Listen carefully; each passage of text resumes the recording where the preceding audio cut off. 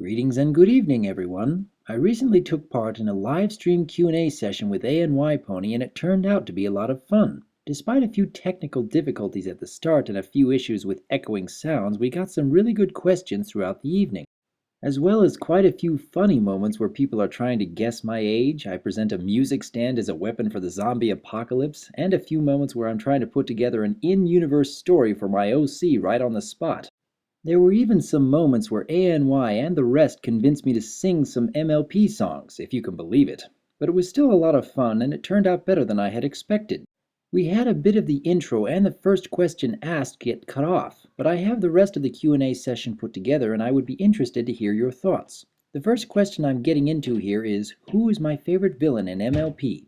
Favorite villain? I suppose that depends on what makes your favorite, because if I'm wanting to have a good laugh, then Discord, hands down, is the most enjoyable villain for just laughing at all of his antics and having fun. I do enjoy Luna's backstory, or should I say Nightmare Moon's backstory. I think there's a lot of potential there, and I think it makes for a very deep and engaging story. So I like her as a villain for more of her backstory, but I like Discord for just the sheer enjoyment factor. Whether that may change in Season 4, I don't know, because I'm hoping that we're going to be seeing more, but we'll see what happens. As far as, say, villains like Chrysalis or maybe King Sombra, I'm not as interested in these two villains, even though both of them still have quite a bit of potential. With Chrysalis, I think that she could have been made into a much more subtle and cunning villain, much more clever. And I had actually released a video earlier this week about rewriting a Canterlot wedding, in which I went into a lot of detail about what I think she should have been doing throughout that episode that would have made her into a much more enjoyable villain overall. And if it ended up that way, then I suppose I would have enjoyed her character a lot more, but as she stands right now, she doesn't seem like she's as cunning as, say, Discord is. So it's interesting to see her, and it's a lot of fun when she gets to be part of the episodes, but I'm not as interested in her character. With King Sombra, there's very little that we actually know about him. We have a bit of a backstory that Celestia talks about in the start of the Crystal Empire episode, and that has potential. When I'm thinking about how he got his start, it makes me curious about, well, how did he come to rule over the Crystal Empire in the first place? Where did he get all his power? And why is it that he's seeking to enslave all these other ponies? Those could be interesting elements, and maybe we'll get to see more of that in the future, but as it stands right now, there's very little that we actually know about him, about his motivations, about what it is that he's trying to strive for. We know that he loves crystals and that he's seeking after the crystal heart and wants to enslave all the crystal ponies again, but we don't know exactly why. We don't know what drove him to that point. So I see King Sombra as a villain with potential, but not very well developed. There's not enough to start with. But perhaps someday we could find out a little bit more about the ancient past, and maybe we can find him to be more of an interesting villain overall. Now, let's see here. Incidental Canterlot Guard wants to know if I plan on analyzing the CMC at some point, individually, and perhaps even including Babs. I have some thoughts about each of the CMC. With Applebloom, I have talked a lot about her relationship with Applejack, and I think it's a very well-developed relationship, and I think it's a very inspiring relationship to show between these two sisters. And I do want to see more of Applebloom and Applejack's relationship in the future, particularly if they ever wanted to go back into the past and talk about how she was raised, because the way I see things, Applejack seems to be the closest thing to a mother that Applebloom has right now. And I would love to see more of that relationship developed. As of these days, though, Applebloom seems to be, let's see. she seems to be more about discovering what her cutie mark is going to be all about. A lot of her focused episodes have to do with that, starting with Call of the Cutie and then going into the cutie pox. I actually did a rather extensive review with Buck Brony on the cutie pox, and I liked the episode, but I can understand that she can only go so far with trying to find her cutie mark. They have to add some more variety to her story to make that crusading for her cutie mark make a lot more of an entertaining episode in the future. I'm hoping that they will do that eventually someday. And I'm hoping that we can see more of this from Sweetie Belle and Scootaloo as well, because the three of them together are rather adorable, and on occasion I do like seeing their adventures together. And maybe I will do more videos about the three of them together in the future, but the way it stands right now, I'm hoping for more variety in their episodes, to where it isn't just about finding their cutie marks anymore. I honestly want to know, well, what is it that drives their motivations aside from their cutie marks? I mean, what is it they're hoping for the future besides learning what they might be best at? Or maybe what drives the relationship between the CMC? I'd love to see more episodes that delve into such things like that. I've also created a couple of videos about my hopes for Season 4 and beyond, and Part 2 and Part 3 of that video series talks about what I would love to see from each of the CMC. Part 2 having to do with Scootaloo, and Part 3 having to do with Apple Bloom and Sweetie Belle. And I think those could make for some very entertaining and worthwhile episodes, with some really good moral messages to learn as well. As for Babs, we have very little that we actually know about Babs outside of the one episode, Babs Seed, where she gets to be the focus and where she gets to make a bit of a cameo appearance during Family Reunion. I don't know if there's much more that I can say about her character outside of those two episodes, because we really don't know that much beyond that. And I think I remember seeing a tweet from Sibsy that we aren't going to be seeing Babs in Season 4. I don't know that for sure, but off the top of my head, I think that's what I remember. Maybe we'll see more of her in the future, but I don't know how much we can develop from what we know about her character right now. Okay, let's see here. Maybe before we go to the next question, a little announcement. You may later on have the opportunity to join the call and talk to Dr. Wolf directly. Is this still a part of your plan, Dr. Wolf? If we have the time to do that, and if we can make it work, I think that would be very good for the discussion. But for now, I suppose we're just going to be looking through questions in the comments. Okay. In case we later on open up the conversation for people to join to ask Dr. Wolf things directly, I just posted the link to the Google Plus profile, which is hosting this Google Hangout. In case, in order to join later on, you have to add this profile to your circles, then I'll add you back, and later on you can join the call. Even so, you have to be at least the profile has to be adult, so it must be older than 18 years. But yeah, please continue.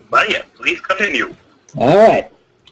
Next up, we have a question from Legacy Wright. Who, in your opinion, is best princess? I've actually answered this in one of my Q&A videos, but I can go through that right now. I personally think best princess right now, or my personal favorite, would be Twilight Sparkle, because we know so much about her and we actually get to spend a lot of time with her, and we know her motivations and what she's hoping for the future and all the struggles she's had to go through to get to where she is. So for right now, I'd say that Twilight Sparkle is my favorite, but I can see a lot of potential with Princess Luna. We only know some very small snippets about her backstory, and she's only had one episode where she's the main focus. And I want to see more of that. And I'm hoping that in future seasons we will get to see more of that. And if they do develop her character, if we do get to see more of her, then maybe I could start to like her more overall. But for now, I would say Twilight Sparkle is definitely my favorite among all the princesses. All right, next up we have a question from Abra Chu. How did you become a brony? That may be a bit complicated, but let's see. Oh, goodness. I remember way back in 2010 that I had heard little bits of news here and there throughout the internet that they were remaking My Little Pony, but I had zero interest in that. I just said, oh, they're going to remake another 80s show, like so many other 80s shows they're trying to bring back. So I had no interest back then. In 2011, I started to notice little things here and there in some of the comics I would read online, and particularly on YouTube, about people making these pony-related art and videos, and I was like, huh, okay. But I suppose, like, one of the very earliest examples of a YouTube video that I watched, I believe it's called Night of Pony, and it's really, really random, and it goes so fast, and it's got so much editing all over the place, but it was just so crazy that I just kept watching it, and I was like, someone actually put in a lot of work to here. And I think another one of the earliest examples of videos that I saw on YouTube was the ponified version of the StarCraft 2 intro. And I was very impressed with what they had brought up for there, because that just blew me away that someone was willing to take the time to put all of this to ponies. I wasn't watching the show yet, but I was impressed with what other people were doing with the show. And throughout the rest of 2011, I would start noticing more and more here and there, and I was like, really? Really? People are being creative with all these things that have to do with ponies, and I'm trying to understand, what is it about ponies that makes people want to create all these video projects with them, or create all these art images with them? So I just got more and more curious. And I remember also at some point in 2011, my curiosity reached the point where I saw a link to a YouTube video called, it was the, oh, I can't remember what it was even called. It was Saber Sparks' documentary on the brony fandom. And while I was working, I clicked on the link and I just listened to the entire thing. And I was trying to understand, what is it about this show that makes it so interesting to all these other people? And I began to notice a lot of other little interesting little tidbits. I found out that Twilight Sparkle is voiced by Tara Strong, who also happens to be voices for characters in the Powerpuff Girls and Teen Titans and several other shows, and I was like, well, that's interesting. And then I found out later on in that same documentary that John Delancey plays a character named Discord, who happens to be almost identical to Q in Star Trek in all his mannerisms. And I was like, really? Well, that's fascinating. The writers for MLP are putting all these interesting little references throughout the show that only adults would understand, and that was just fascinating to me. But even at that point, I still hadn't actually sat down and watched the show. It still took a few months before I started to think, you know, I keep seeing all these fan projects popping up all over the place. I got to see what this is all about. And I gave into my curiosity, and I decided I'm going to search out the episodes that have John Delancey in it, and I want to see what he's all about. So the very first episode I watched was The Return of Harmony two-parter, and I was impressed with what I saw. I could tell that it was a show for kids, but I could also tell that the people who made MLP are putting a lot of work into this. And they're being really creative, and they're being really funny for kids and for adults. And that just fascinated me, that people are willing to put this much work into the actual show, and then anybody who is watching it decides, well, hey, I want to put a whole lot of work into projects surrounding the show. And that was just interesting to me. So I think it was probably early 2012 that I finally sat down and started watching some MLP episodes.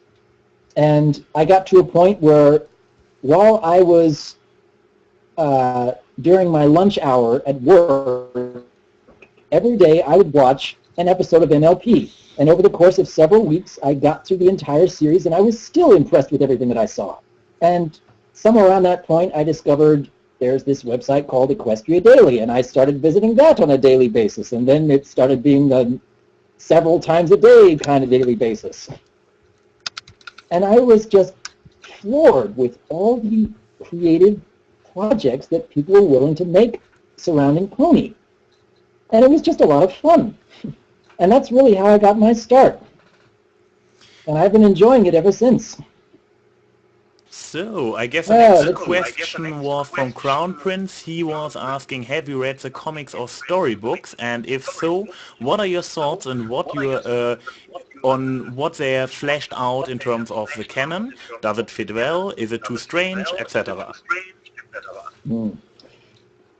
I have actually I've read the first two comic series, the one surrounding Chrysalis and the one surrounding the Nightmare Forces.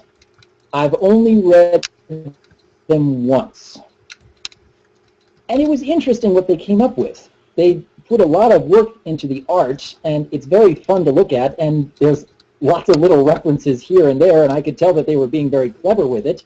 And they nailed the characters down pretty well, and even created some tension moments throughout the story. With the Chrysalis story, I was glad to be learning more about her, but at the same time I was thinking, well, are they ever going to put any of this into the actual show? Are they ever going to make any of this canon?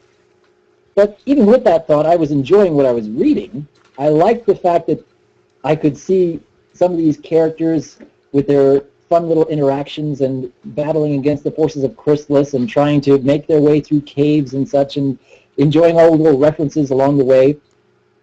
And I was hoping that they might come up with more of a climactic finish, but I think they just ended that story series okay. I think they could have done more with it with Chrysalis and Twilight. It's not bad. I just don't think it's great either. I think everything leading up to that point was pretty darn good. It's just how they ended it, I think they could have made it a little bit stronger. With the second series, revolving around the Nightmare Forces, I thought that was pretty well done too. I thought that it was rather interesting that they're trying to explain a bit more about Luna's backstory. But again, I had to think, well, is any of this actually canon? Is any of this going to happen in the real show? And that kind of takes away from how much I can actually enjoy it, because I can read these stories and like what I see, but when I go back to the show, I'm going to start thinking, well, are they ever going to connect these two things? I was hoping that maybe someday they might take a few of these elements from the comic books and put them in the actual TV series, because some of the stuff in there is really good. And some of the other stuff is just okay, and I think that maybe it could work, but maybe not overall. And I think that it is definitely worth reading, but it wasn't something that grabbed me so much that I had to go through it again and enjoy all the little moments again, or at least I haven't yet. So, I haven't read anything beyond the Nightmare Forces arc. ANY, I have a question from someone. Okay, this is from Fieranex. So what are your thoughts on more Discord episodes / cameos? Which one is that? I couldn't hear that. Oh, sorry. So what are your thoughts on more Discord episodes / cameos? It is apparent to me that they intend to bring Discord back. I think that was the whole point of reforming him in the first place, which honestly I still think they had rushed a bit much. I mean, I think that kind of story can be believable, but you have to develop it more. You have to give more time for us to think, well, this is something that would actually happen with Discord. But I think in the podcast I had done with DigiGomi that he had released on his channel earlier this week, we talked about it just doesn't feel right that it would happen that quickly. I do believe that it is a good story arc, but I just don't believe that it would happen that quickly. But going beyond that, in future seasons, will Discord remain that way? Will Discord still be the reformed self who's a lot less chaotic and a lot more understanding around others and wanting to make friends? Maybe. I don't know how much potential there is with making Discord so much less chaotic, so much less all over the place. I think one of the main reasons that I enjoyed his character is because you didn't know what he was really thinking. You didn't really know what to expect. And if he's reformed, is he going to have any of that in the future? Are we going to see his character and understand what is going on in his mind and lose out on some of the fun things that made him entertaining in the first place? I think there is more potential if he still has a bit of a chaotic neutral streak to him, I should say. If he still wants to have his fun and understands that sometimes he's going to be doing things wrong because he wants to have fun, but there still needs to be that element that he wants to have a friend. In Fluttershy particularly, I can see situations where he only listens to Fluttershy because Fluttershy is the only one who is willing to give him that chance and to show him that there is more to life.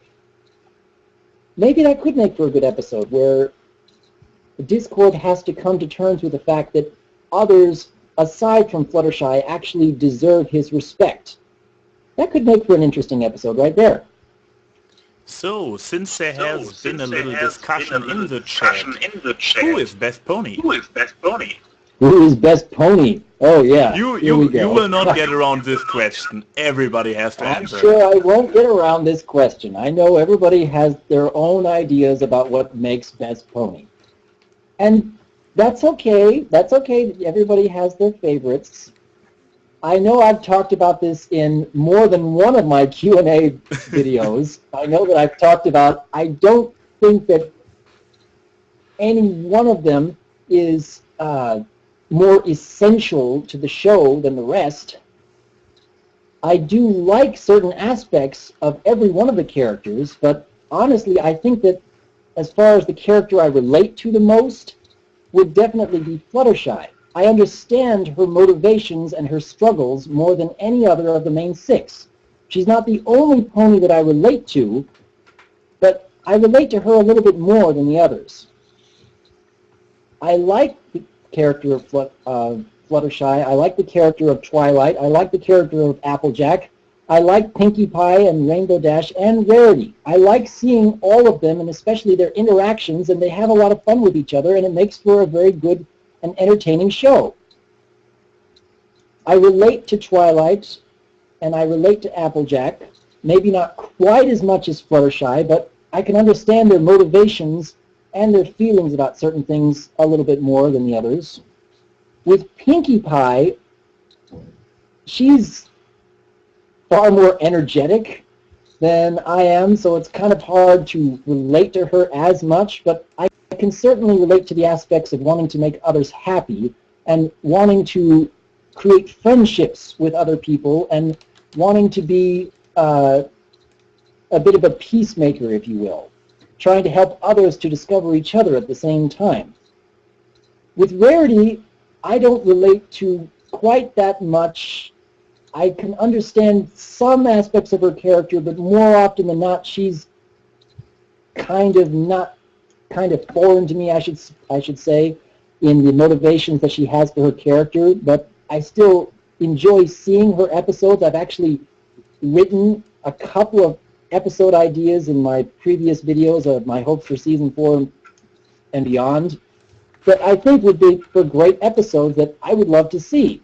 So I like her character, even though I don't relate to her as much, and same with Rainbow Dash. I probably relate to Rainbow Dash the least out of all the main 6, but I still enjoy watching her episodes because she comes up with a lot of fun stuff, and I love to see the moments where she's growing as a character, where she shows inspiring moments, particularly in episodes like Sleepless in Ponyville with Scootaloo and Wonderbolt Academy with Firefly. No, not Firefly, Spitfire. Sorry about that. Okay. I like character. You go ahead. Hey, Dr. Wolf, here's a question from Aber Chu. What other shows are you a fan of? What other shows? Oh, goodness. I am actually not watching any other TV shows right now. The bulk of my free time goes into making these videos, which I'm releasing like 4, if not 5 a week. So whenever I have free time, I'm usually doing something involved with Pony. And in the past, there are times when I something will before MLP? Before MLP, I can remember years ago when I used to watch a lot of shows on Cartoon Network like Dexter's Laboratory and Johnny Bravo and Powerpuff Girls and Teen Titans and probably a few others that I enjoyed watching way back in the day. But that seems like so long ago.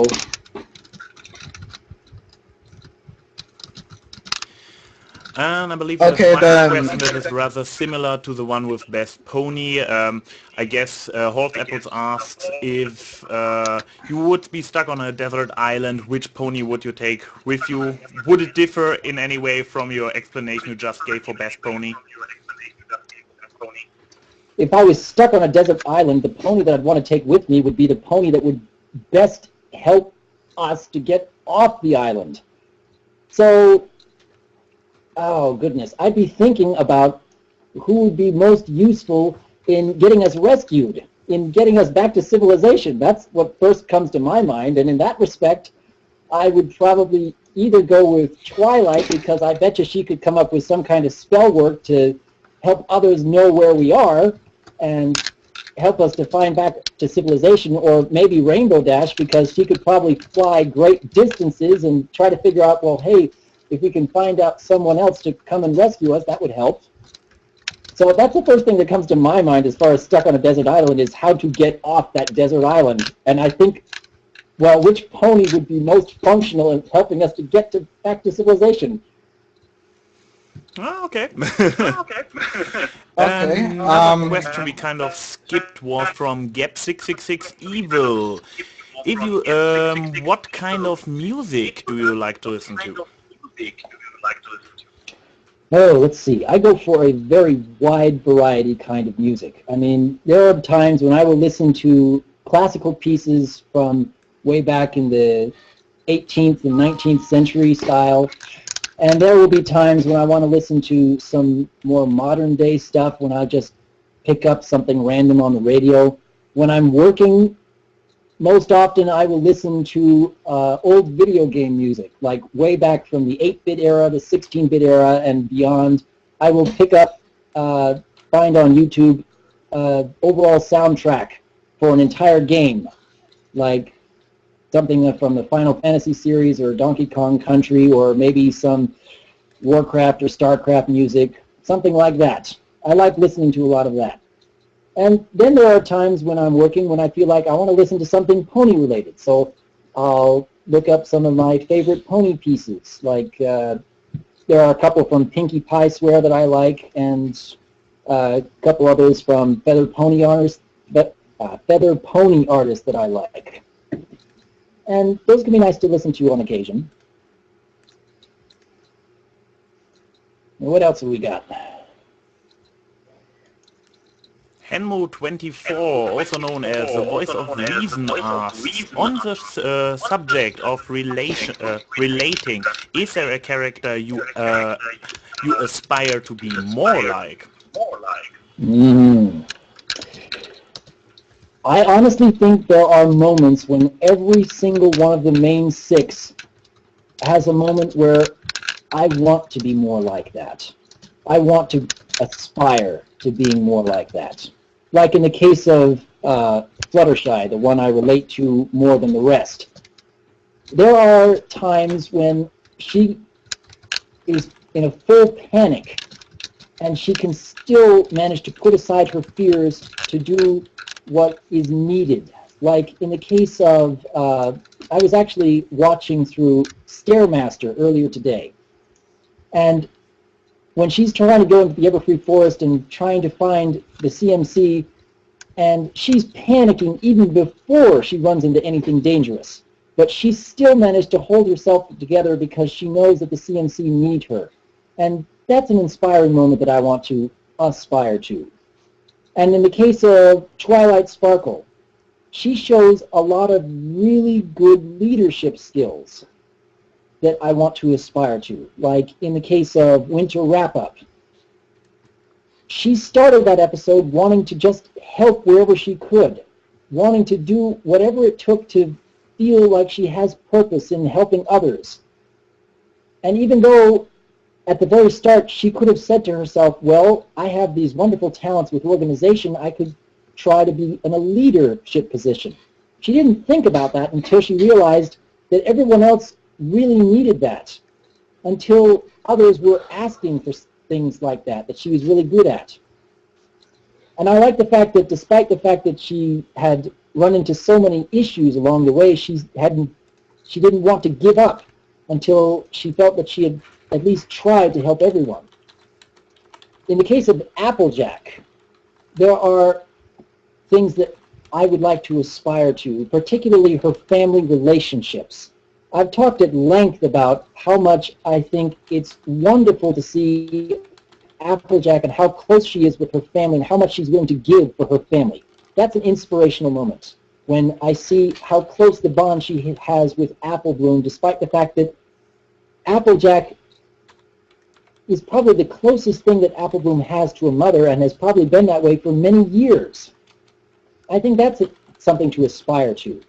And as far as Rainbow Dash, I think that there was a fantastic moment in Wonderbolt Academy when she showed us that she is willing to put aside everything she's dreamed about her entire life when she realizes that it's not the right thing to do. Then her dreams and what she knows is right is no longer the same thing. That she is willing to give up her dream and walk out of that office, knowing full well that she's giving up on what she wanted most out of her entire life. That's a fantastic inspirational moment. That's something that I want to aspire to. In the case of Pinkie Pie, I think it's wonderful when she is willing to go so far to make others happy. The Smile Song being a prime example about how she makes it her life goal to lift others, to bring joy to others, even when it strains her so much, even when it's so hard at times. She doesn't want to give up on that she wants to help others to be happy in whatever way that may be. In the case of Rarity, I think it's inspiring that she's a character that is striving for her dream despite having run into so many obstacles along the way. And I also find it inspiring when she can put aside that same dream, when she can set time aside from everything that she wants out of life and even her prim and proper behavior to be closer to Sweetie Belle. Sister Who's Social being the prime example there. I think that's a wonderful example that people can aspire to. And I want to be able to aspire to that too, to put aside everything that I want out of life because I know that my family needs me. I think every one of the main six has inspirational moments that we can all aspire to. Whew. Related question from Jiri Yoxi. Do you sometimes think that AJ is too perfect? Too perfect?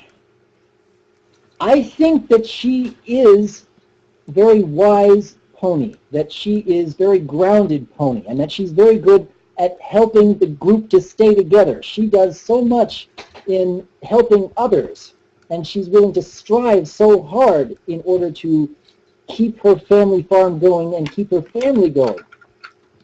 But I don't think that she's too perfect because she does have flaws.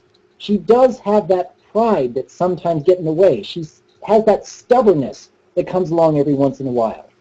We know that she has problems being able to deal with others, especially if she feels like she's being called out on something or if she's trying to stand for something when others aren't. She does have that pride and stubbornness on occasion. So I don't think that she's too perfect of a character. I think that she is someone, or some pony I should say, to aspire to because of all these things that she does. Interesting comment from Incidente Cantalot Guard 3. God damn, why did you choose such a long name? He or she thinks that Applejack had to grow up a lot faster than she should have, and this is pretty much what made her the strong character she now is, probably because referring to the loss of her parents. I agree. There's a question in there, though. So another question we have from John Watcon. What is your opinion of the censoring of Derpy Hoof / Ditzy Hoofs in the episode Last Roundup?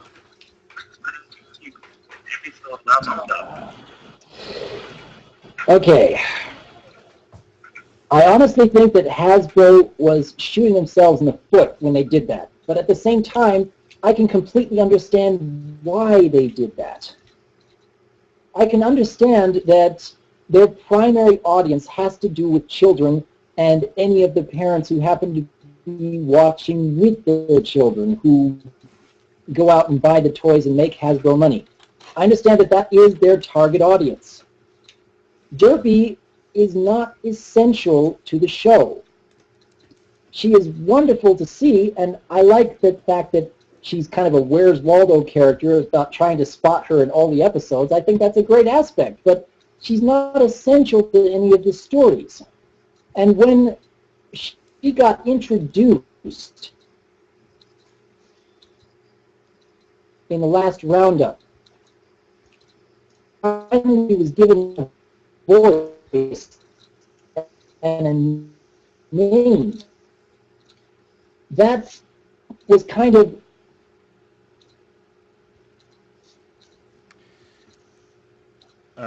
just checking. Unova, can you hear Dr. Wolf clearly?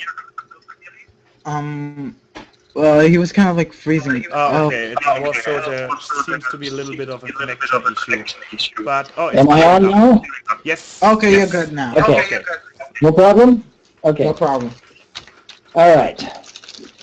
The moment that they gave Derpy a name in the show and gave her a voice in the show, Hasbro would have had to say to themselves, well, now that she has a name and a voice, is she going to start making a lot more future appearances? Is she going to have a lot more focus in future episodes? We have to start saying to ourselves, is she really supposed to be here? Is she going to cause any issues for anyone down the line?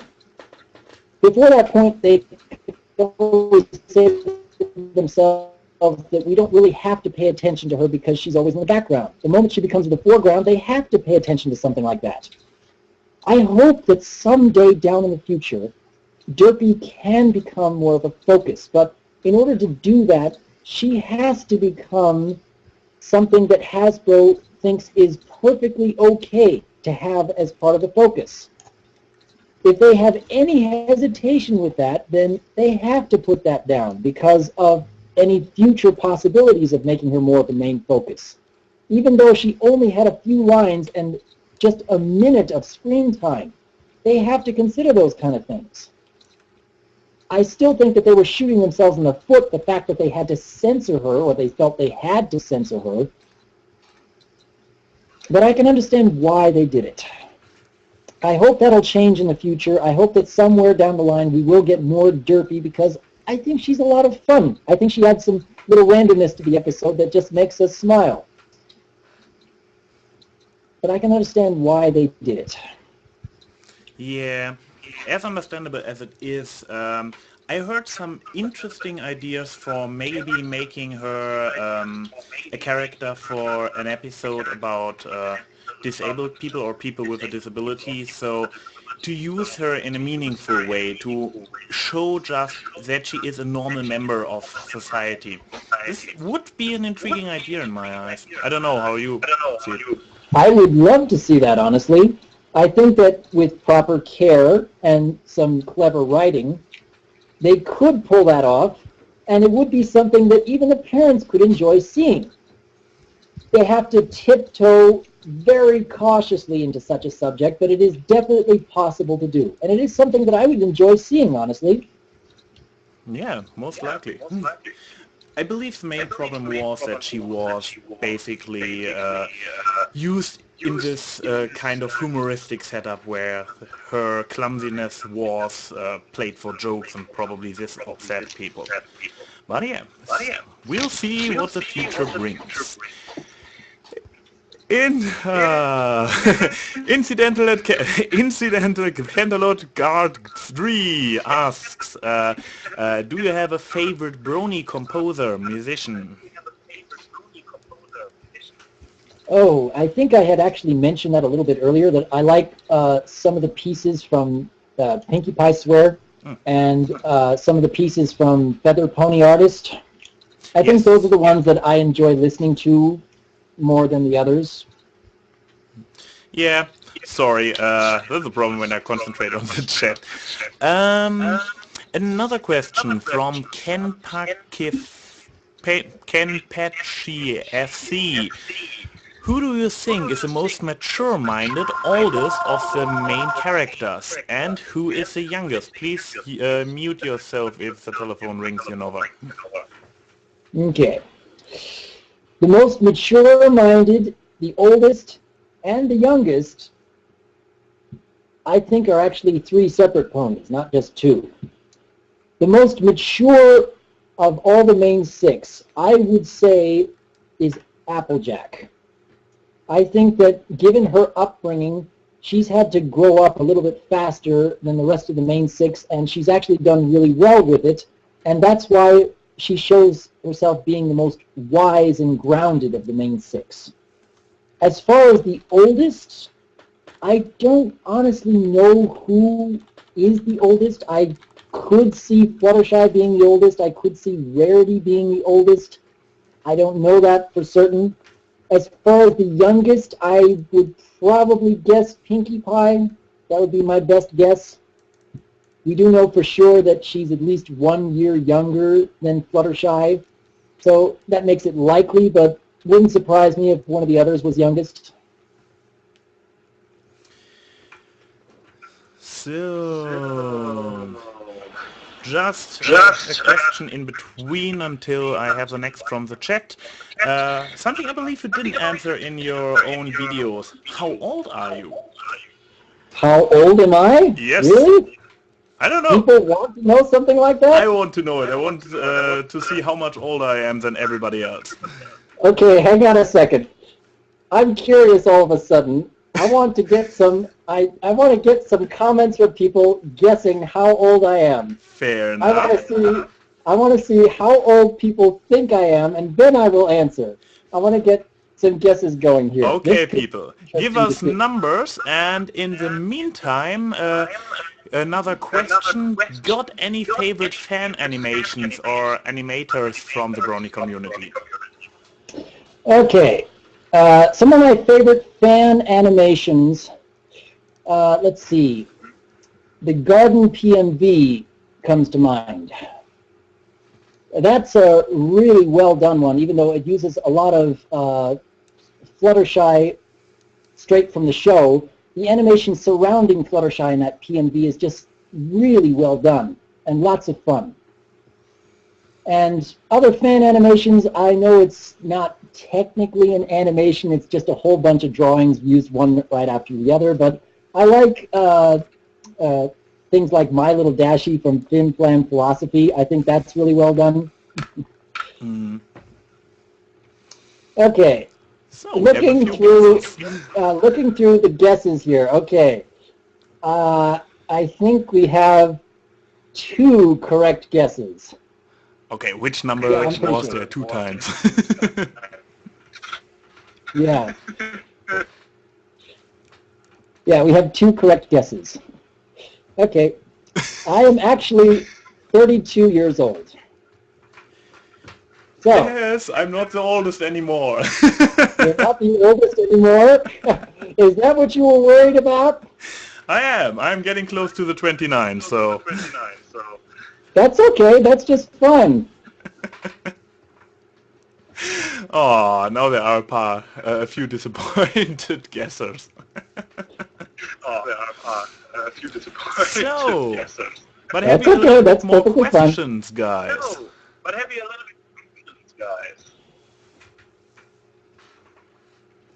What's next question? Oh, there is one. I'm not sure if you want to answer this, but Smokey McDaniel asks if you can make kitten noises.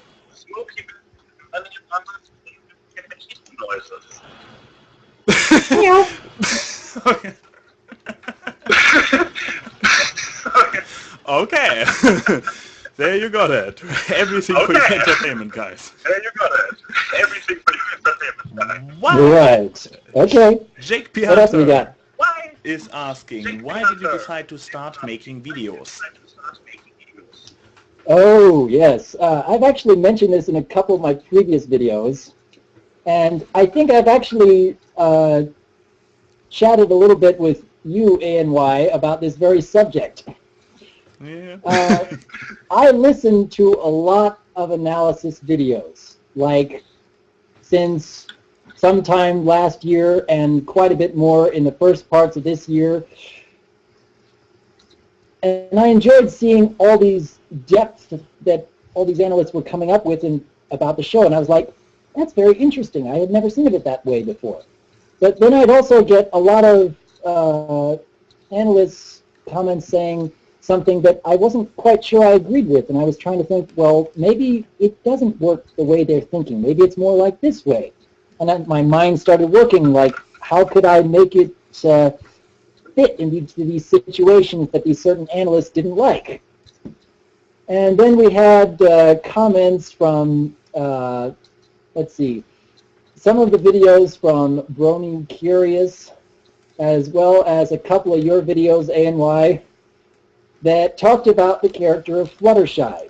Oh, yeah. And their thoughts about what they did and did not like about this character. And I started thinking, well, why do they really think about it this way? I mean, I can see how much is really part of this character and how inspiring she is. And I started trying to think, well, if I had made a video, I could talk about this, this, this, and this.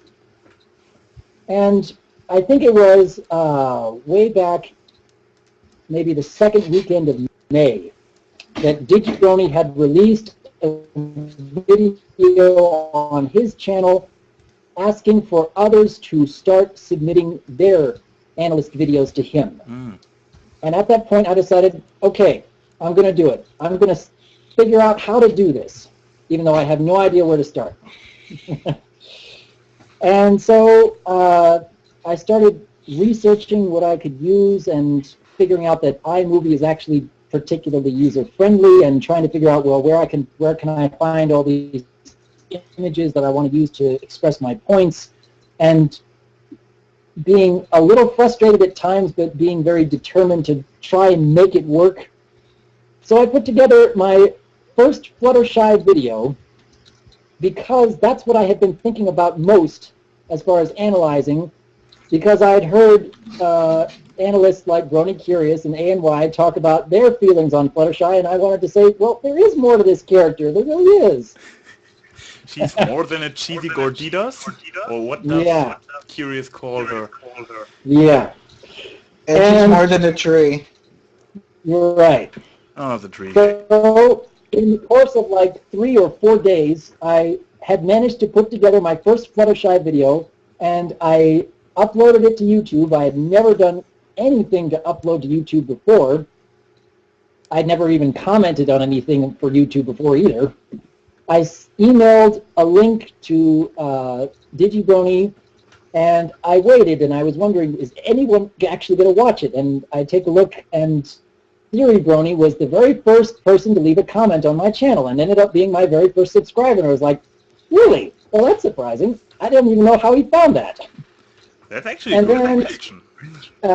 Several hours later, I come home and I look at Equestria Daily, and I'm like, oh, wow. But my video, it's on Equestria Daily, and I'm like, holy cow! How did that happen? Oh my goodness! That completely floored me. I had no idea that DigiBrony was actually going to put it up on Equestria Daily. I thought he would maybe watch it and leave a couple of his thoughts in a comment, and I was like, all of a sudden I've got thousands of people watching this video, and I have no idea what to do about it. And at that moment I decided, well, what do I do next? Well, I guess I can start talking about Applejack. Yeah, let's start a video on Applejack. And a few days later I put up a video on Applejack. And it's been consistent ever since. And it's been a lot of fun all along the way.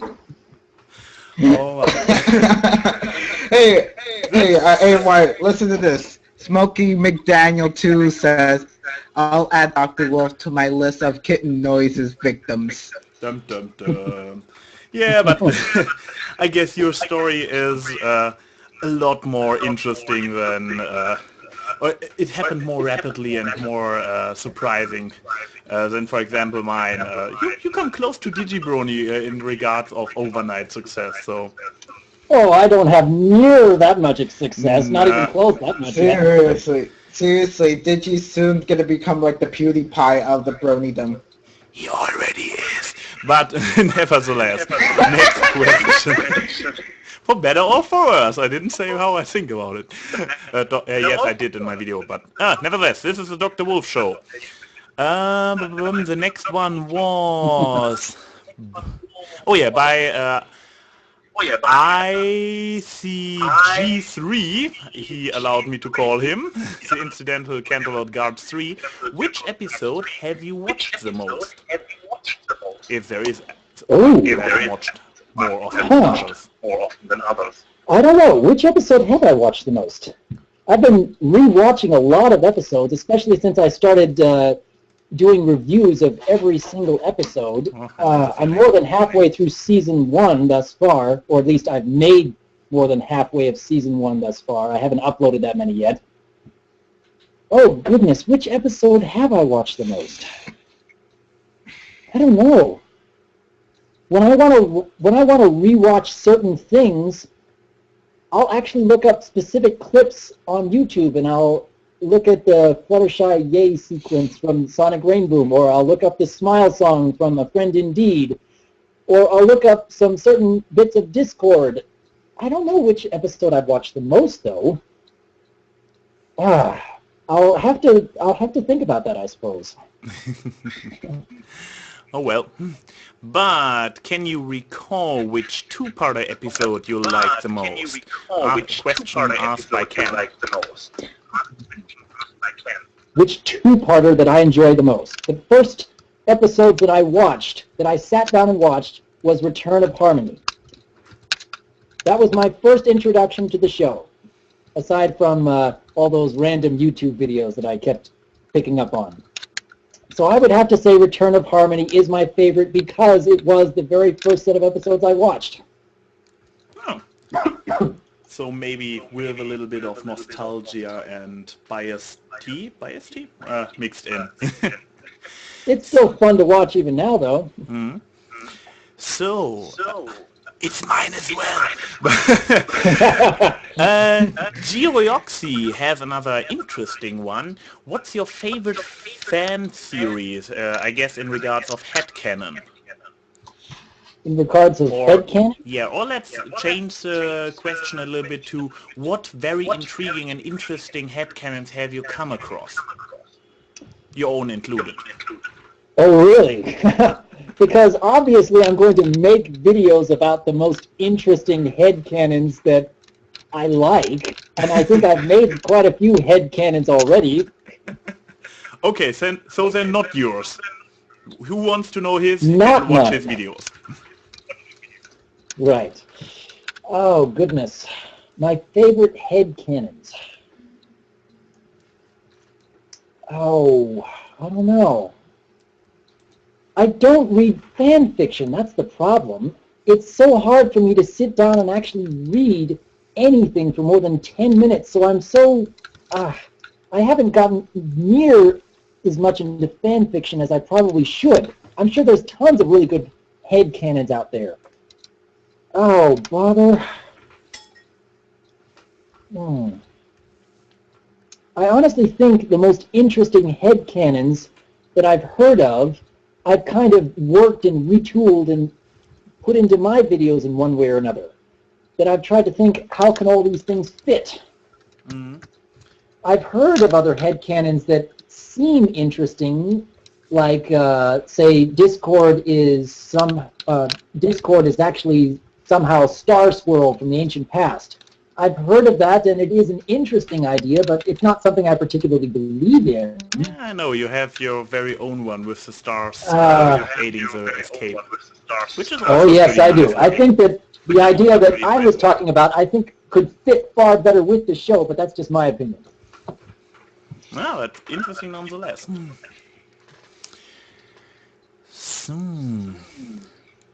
So, Bago379 asks, what do you think of Somber being Caden's dad? Haven't heard this one before, I have to admit. I don't think I've heard that one before. Let's think. There is that very, very brief moment in the second episode of the Crystal Empire where one of the crystal ponies points at Cadence as she's flying and says, "It's the Crystal Princess." And it's possible that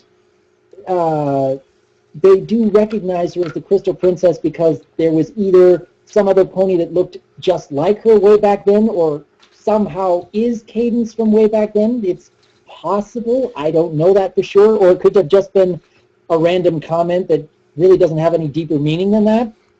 As far as Sombra being Cadence's dad, you'd think that Cadence would somehow recognize that fact. I mean, Sombra would have to have completely shifted into something so unfamiliar in every possible way that Cadence wouldn't recognize him as her father, or at the very least, if Cadence had never, ever met her father. But this is just a whole lot of what-ifs that have nothing to back it up. Yeah.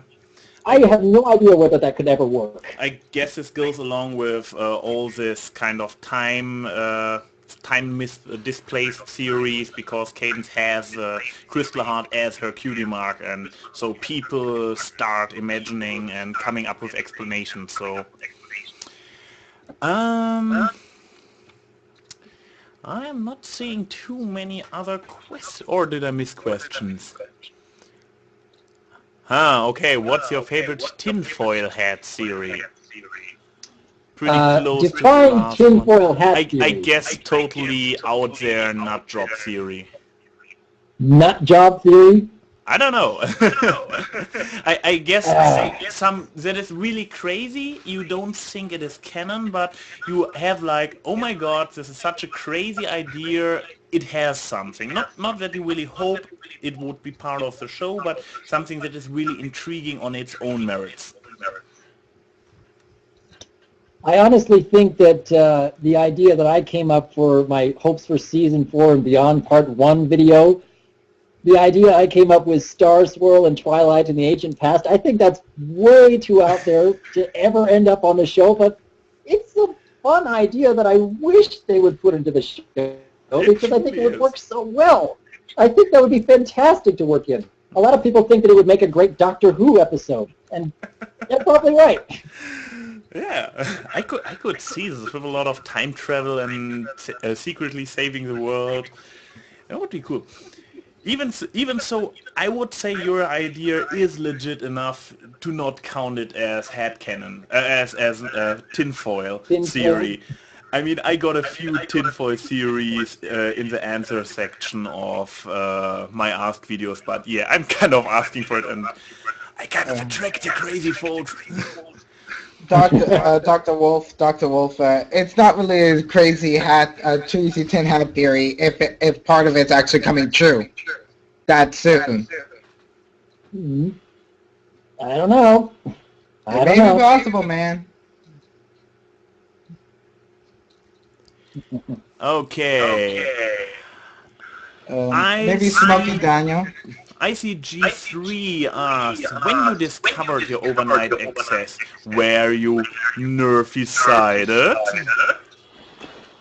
I think I was more excited rather than nervous. But yeah, I suppose nervous-sided could work, yeah. I was floored by how many people were actually watching that very first video and getting hundreds of subscribers overnight. I thought maybe I'd get a couple dozen subscribers at most, maybe a couple hundred views if I was really lucky. So it made me nervous that I was suddenly getting all this attention, but I just got myself hard at work making the next one, and it started being fun again. So, if you would be a pony instead of a wolf, what race would you be? Asks Bego379. I would probably be an earth pony, honestly. Yes! More earth ponies.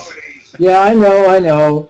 There have been a couple of videos released on other analyst channels about that exact topic. Very recently, because KP months ago when I was thinking about making an avatar, what would actually fit, an earth pony kept coming to mind, and I was thinking that would probably fit with what I would want most, but then I realized, well, there are all these other analysts on YouTube that also have OC ponies. What could I possibly do to kind of stand out from the rest of them? And the more I thought about it, the more I realized, maybe being a pony at all just wouldn't help me to stand out. I needed to do something entirely different. And yeah, I started with the name Dr. Wolf. So that makes a lot more sense. But I guess it really works in your favor to have an OC that is actually not a pony, just because to stand out. So, rather clever move, I have to admit. So, but I have to ask, because I have my own OC theory, why would you say an earth pony if it would be a pony? You have the unicorns that can cast all kinds of magic, and you have the Pegasi who can fly all over the place and manipulate weather. Out of all the three races, if I'm just looking at races and not at individual ponies, if I'm just thinking about what they are capable of and what they start out life with, I think that earth ponies would represent humility more than the other two races, because they need to do more of their own work, their own hands-on work in order to get anywhere in life. And that's the reason that I would want to be an earth pony, because it seems like more of a humble choice. Anyway, that's what comes to mind. This sounds very much like, I just today saw the video by Red Munchkin, I believe is her name, a Scottish brawn analyst, who replied to, because she has also this explanation over a little bit the humility route, that like earth ponies have to go the extra mile always to achieve the same thing, and this is kind of what she can identify with. But yeah, it's a good approach, I think. I mean, for me it's like the subtlety of, because my theory is that people pick an OC of what they associate themselves with, or what they want to be, what they see in a pony they want to get to. So, but question. We had this one. Oh, okay, a little bit, a question less pony related from Ken. What is your favorite alcoholic or non-alcoholic beverage?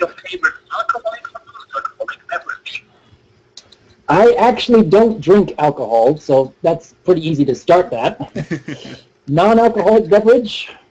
Well, let me see. What do you really consider beverage? Because would anything dessert related be considered a beverage? I am an officially trained hotel clerk, so I can tell you if it counts or not. So give your answer, and I tell you if it is allowed. All right. Well, one of my favorite beverages, or what I would consider a beverage, is a thick chocolate milkshake with dark chocolate mixed in with almond extract flavoring, topped with whipped cream. But that's probably more of a dessert than a beverage, isn't it? I allow it. You allow it. Okay. Hey, Mike, can I ask this question? Yes, sure. Go ahead. Can I ask this question? Yes, all right. Amber D asks you. Can you give us some in-universe backstory for your OC? A backstory? An in-universe backstory. Oh wow! Oh goodness! Come up with something on the spot. You can do it. Okay. Give me a minute here. Gotta think. How could I possibly make him in-universe though? Oh wow. Okay. I'm thinking that he is a caretaker for a long-forgotten library. Something that is almost otherworldly kind of library. And he has been the only caretaker of that library for who knows how long, indeterminate amount of time. And Twilight, in search for some forgotten ancient knowledge, would come across this library and come across DRWolf. And, let me think. DRWolf could bring her stories about ancient stories that were even before the time of Celestia and Luna, and maybe if that library had been created by the parents of Celestia and Luna, and DRWolf had been named the caretaker for all time. But of course, that would make him eons old. I don't know if that would work so well. An ageless guardian. I like the idea. I don't know. That just seems like a good fit for DRWolf, being a caretaker for a long-forgotten library that Twilight would seek out to get some long-forgotten knowledge. That's how it would be in the universe. This also would explain how he knows about Twilight's maybe time travel and how she aids freeing Luna and stuff. So it all comes together with this kind of backstory. Yeah, maybe I should have made a video on that, honestly. You still can. Well, maybe, but you guys kind of call me out of nowhere, say that my OC suddenly belongs in the MLP universe, try to make it work, and I'm like, where do I come up with that? Well, there is a title card DavionXY created for you where DRWolf is kind of having an analysis session with Fluttershy. Yeah, I know. The channel art for my page was specifically requested by me because I think that really fits for what DRWolf is. He's supposed to be a very calm, understanding, and intelligent individual. And honestly, I think that is a very good fit for him, but if I had to pick how in-universe that could somehow work, it doesn't fit quite as well, and I thought maybe being a caretaker for an ancient library somewhere would. DRWolf, have you heard of Avatar? Because that storyline actually comes from like an owl spirit. Oh, really? Avatar: The Last Airbender. There is a spirit that has actually a similar backstory. The Music Reborn. I haven't watched Airbender. I've heard about it throughout the years, and I think I've maybe watched a few minutes of one episode at some point, but I've never watched that series. So if I had suddenly been spouting some backstory of some established character in an actual show, then total surprise. It wasn't intentional. I had no idea. And now we pretty much know why the writers of MLP are not allowed to read fanfiction, because they get accused of copying stuff.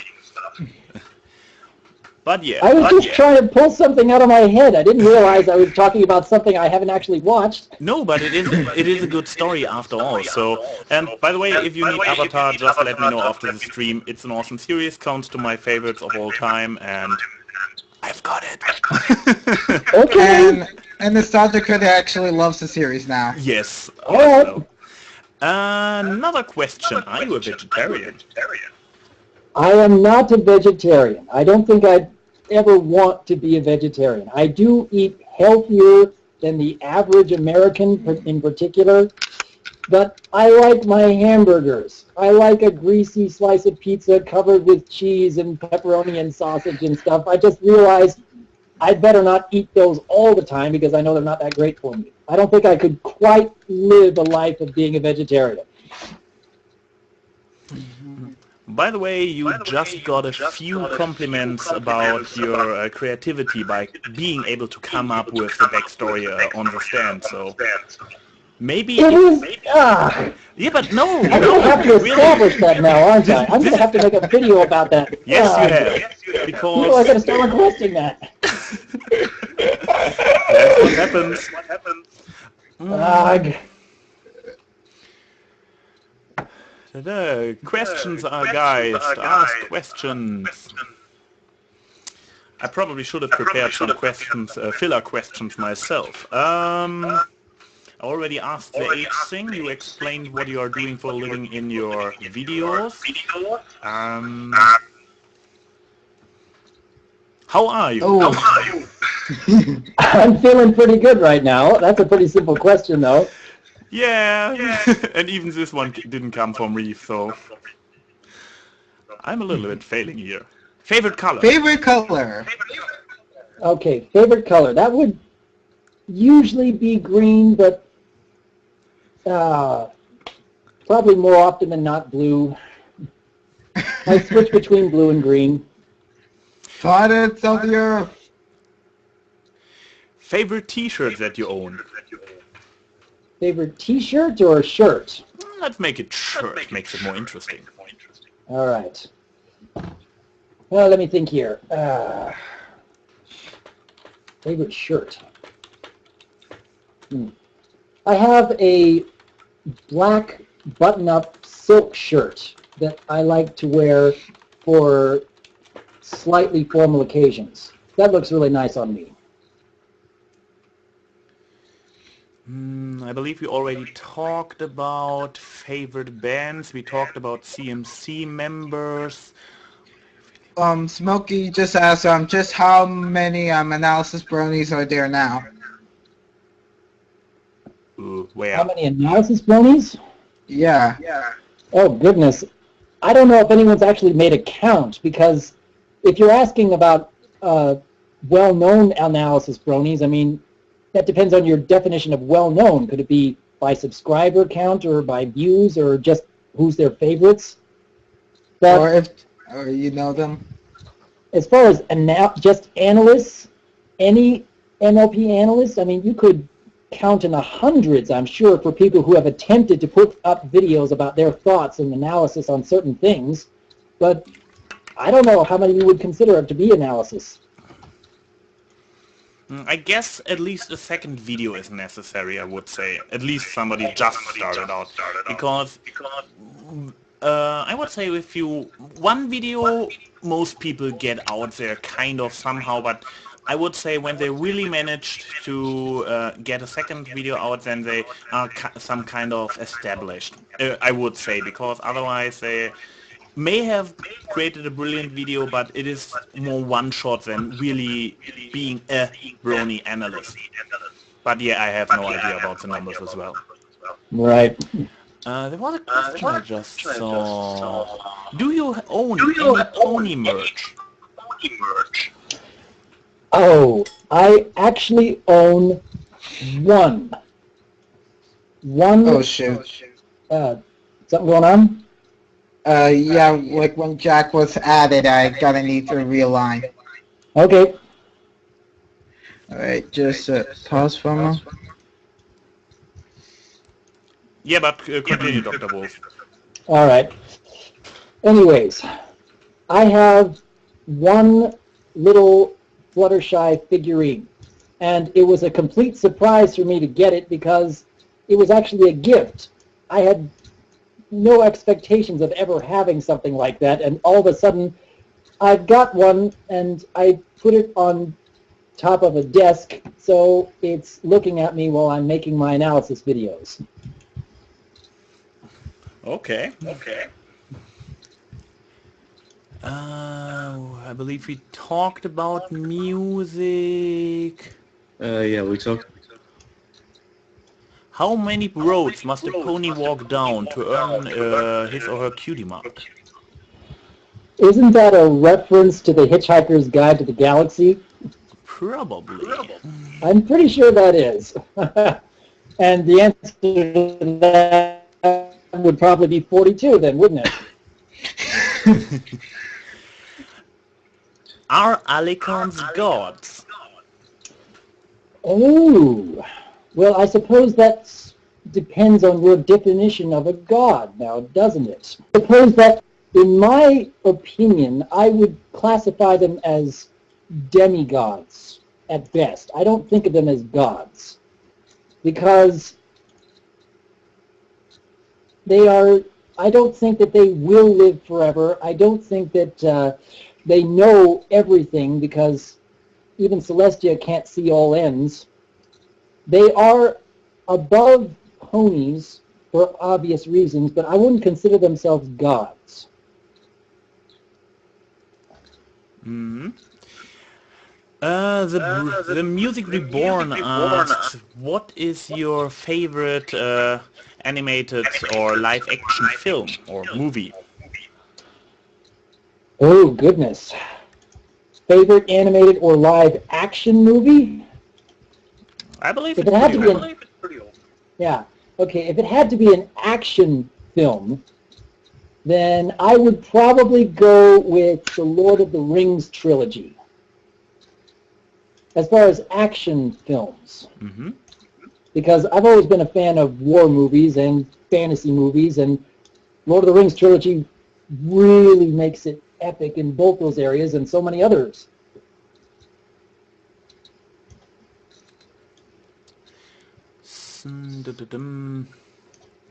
So, but how do we explain the different sizes of Alicons? Oh, different sizes. Okay, well, let me think here. In the case of Celestia and Luna, I believe there was a time when they may have been closer in size with each other, and Celestia being slightly larger because she's the older sister. However, I think there's more of a size difference between them today because when Nightmare Moon had made her appearance and Celestia had banished her to the moon, that Luna was in a state of,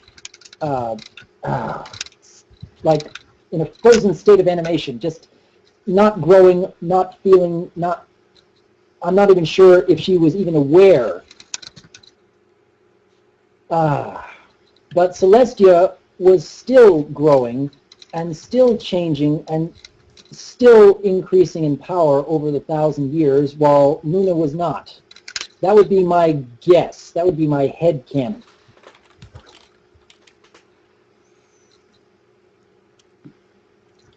So, more questions, people. To fill the time, I guess, I've got a question following up on the whole Alicron thing. There's a theory that I've seen out there stating that Luna is supposed to be able to shift between forms of how old she is because she was about Celestial size when she was Nightmare Moon. But then when she was converted back to Luna, she was actually rather normal pony size, and then a year later in the Nightmare Night episode, she was the size that we know her as today. What do you think of that theory? I believe that if Luna is using some of her power, that she can shapeshift into other forms, like the Nightmare Moon form, for example. But it is not a permanent form. that Luna has to actually focus and maintain in order to be that form, in order to be more.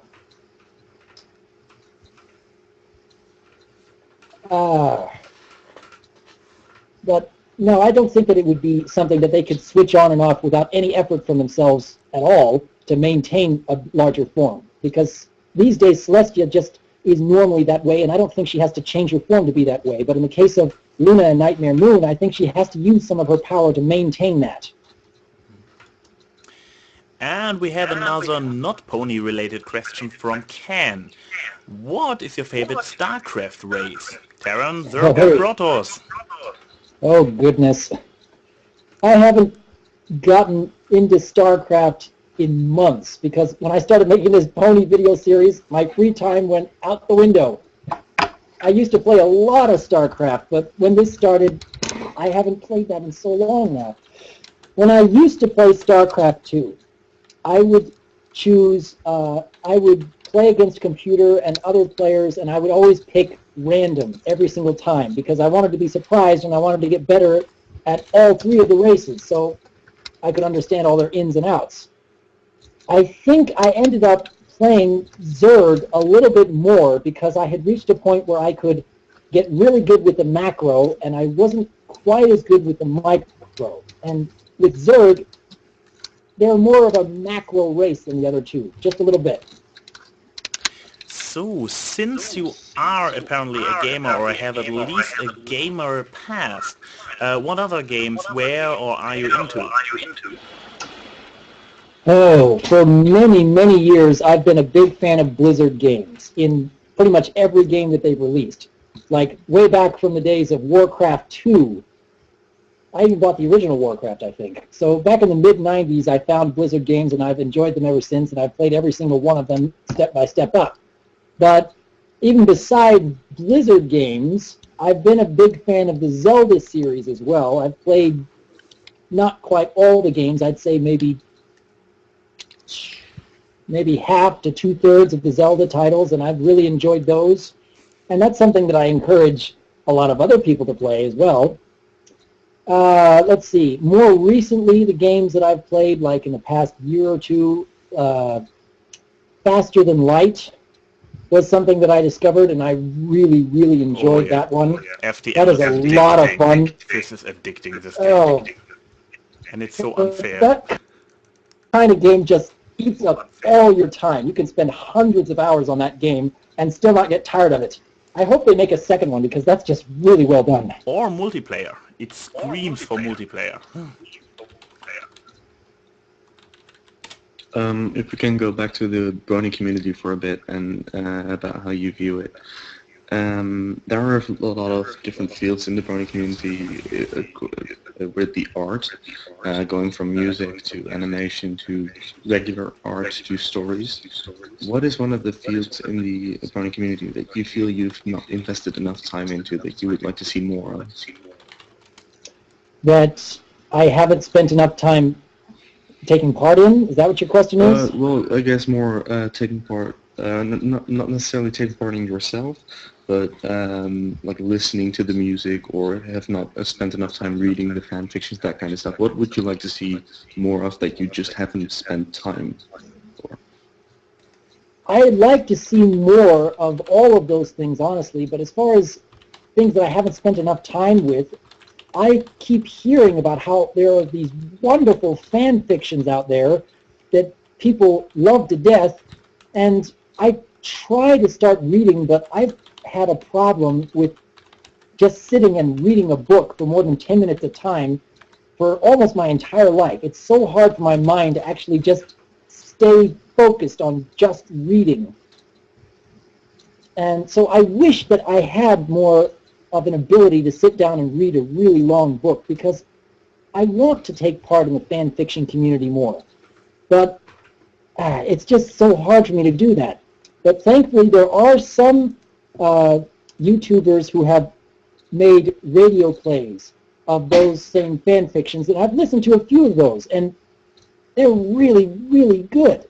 So when I can listen to a fan fiction while I'm working, then that's good for me. I can focus on a story while I'm typing on the computer and looking through numbers. My mind is able to focus that way. Oh, you lucky person. So I suppose I need to spend more time finding more of those YouTube videos. Yeah. And in the whole Brony fandom, what is the part that you like the most? Say that again? What is the part of the Brony fandom that you like the most? Oh, which part? I like the camaraderie, honestly. I like the fact that there's such a tight-knit community and such a welcoming community, and we're trying to help each other. I think that's the greatest aspect of the Brony community myself. Or maybe that's not quite what you were asking. I meant more of like what aspect of the community in what do you like the music the most, or do you like the you said that you haven't spent enough time with the fanfics, but what is something that you have spent enough time with and that you really like the most? I like a lot of the YouTube videos that they come up with, whether they be PNVs or fan-animated stories, or let's see, or just fun little shorts. There are a lot of really good animated shorts that are just fun for a laugh every now and again. So I spend a lot of time on YouTube looking up things like that. Those are really fun.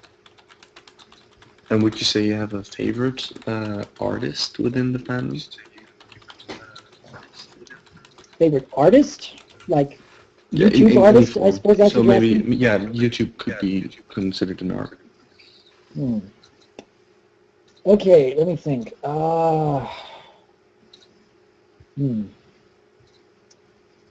I suppose I have probably spent more time watching Finthram Philosophy's videos than any other YouTube creative MLP artist out there. So that's probably my favorite because I spent more time watching those stories over and over. Saga 90 asks, do you think the Brony community will ever die out? That's...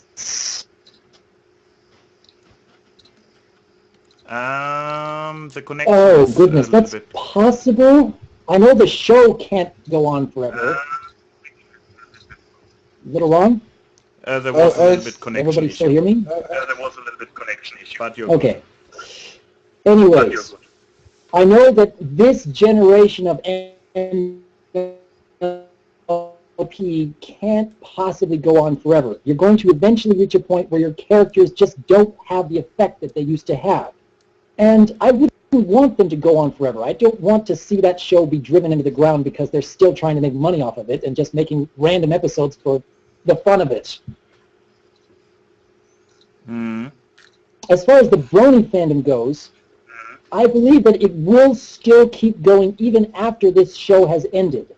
I think it is very likely that they will attempt to bring in new generations of MLP in the future, and depending on where they go with it, depending on what they do with it, depending on the talent behind it, could help determine just how long this fandom will keep going. But even if this fandom is not entirely revolved around MLP, I think it will still keep going because of that sense of community and camaraderie. There will be a lot more difficult times ahead if the show has come to an end and there isn't any new material coming on, but that sense of community will still keep going for the rest of our lives, honestly. We'll always have those pleasant memories. Horse Apples already mentioned that he hopes that it doesn't turn into Simpsons. Yeah, I hope that they will avoid that route too, because I've lost interest in The Simpsons years ago. And speaking of generations, as you said, what do you think of the older generations of MLP? I have not watched any of the older generations of MLP. I've seen little snippets, little clips of them, like in the Brony documentary that Saberspark has released. That's all I know about them. I've never sat down and tried to watch it, although I did see that video that Brony Curious made about how My Little Ponytails is the anti-Fim, and that was pretty funny. Oh, yes. There's what yes. would it be interesting if you were able to like go to a topic such as that about like any of the generations? Say that again? Would it be an interesting thing if you wanted to analyze as a special subspecial or maybe just a random video any of the MLP previous generations? I suppose that's possible if people were really, really wanting to see me do that, but I wouldn't look forward to doing something like that. And one of the primary things you have to have when you're doing analysis is that you have to have passion for the work. It has to be interesting and fun and enjoyable for you to do. Otherwise, the work suffers. So I have to have some reason that I would be intrigued by the older series before I'd want to do analysis about it. So, Dr. Wolf, are you going to go to any cons? I have only been to one brony convention. That was the Crystal Mountain PonyCon in Salt Lake City. That was back in early April of this year. And it had potential. I could see a few things that they could have done differently to make it a little more fun for everyone, but I think they did pretty well with what they did. As far as other conventions, I'm not planning on going to other cons right now. I mean, I'd have to get a lot of people that really want to see me at some convention somewhere else in the U.S. to really get me interested in going. I'd have to get a whole lot of people to say, you have to come do this before I even think about it. Well, guys, but I'm you not heard planning the on man. running any other cons You right know now. what to post on his channel from now on, each and every day. Uh-huh. Thank you for that. That's what you get for taking my help. That's okay, though. Yeah, but don't worry. I tried to send people over to spam Quillbit's channel as well, but they never did. So. Hey, AMY. Yes. Horse Apples just told you that she is a girl. Yes. Yeah. So, but any more questions, or would you like somebody to come in here, Dr. Wolf, for talking directly to you? I suppose we can change it up if we have some people who want to volunteer for a discussion. I think that could be good. Okay. So, you heard it. I guess you better plug in so, let's the see who's headphones interested. then. And I believe a few people added the profile earlier, so I believe there is a certain interest. Just post your Google Plus name right in the chat, and I will add you to the call. I will if also you keep, already added me earlier. I will also keep monitoring this chat, so if you guys are in the chat and you want to add to the discussion, I'll keep my eye on the chat and I'll add anything that is said to the conversation. Well, thank you for that. So, by the way, Jack P. Hunter joined us earlier in the call. That's me, yeah. He is a moderator. So here welcome. Here is the link once again to the profile, but it usually takes a while for Google Plus to update the circles. So when you guys add me, I add you back, but then it takes about 20 minutes. So the people who added earlier the profile earlier have a shot to join now. As I said, just post your Google Plus name here in the chat, then I will add you if I to the call if I have already added you to the circle earlier. I mean, there have been a few people who added the profile. Hey, how many people are in watching us right now? Right now it's 29. Yeah. Oh, so the number is not I lying. think 29. Yeah, currently 29. Okay, Horse Apples. Yes, I see it. All right. Please don't move Dr. Oh, shoot, it is going to move Dr. Wolf. Yeah, it is. Yep. Uh-oh. You Well, that's not Yeah, good. I'm gonna change.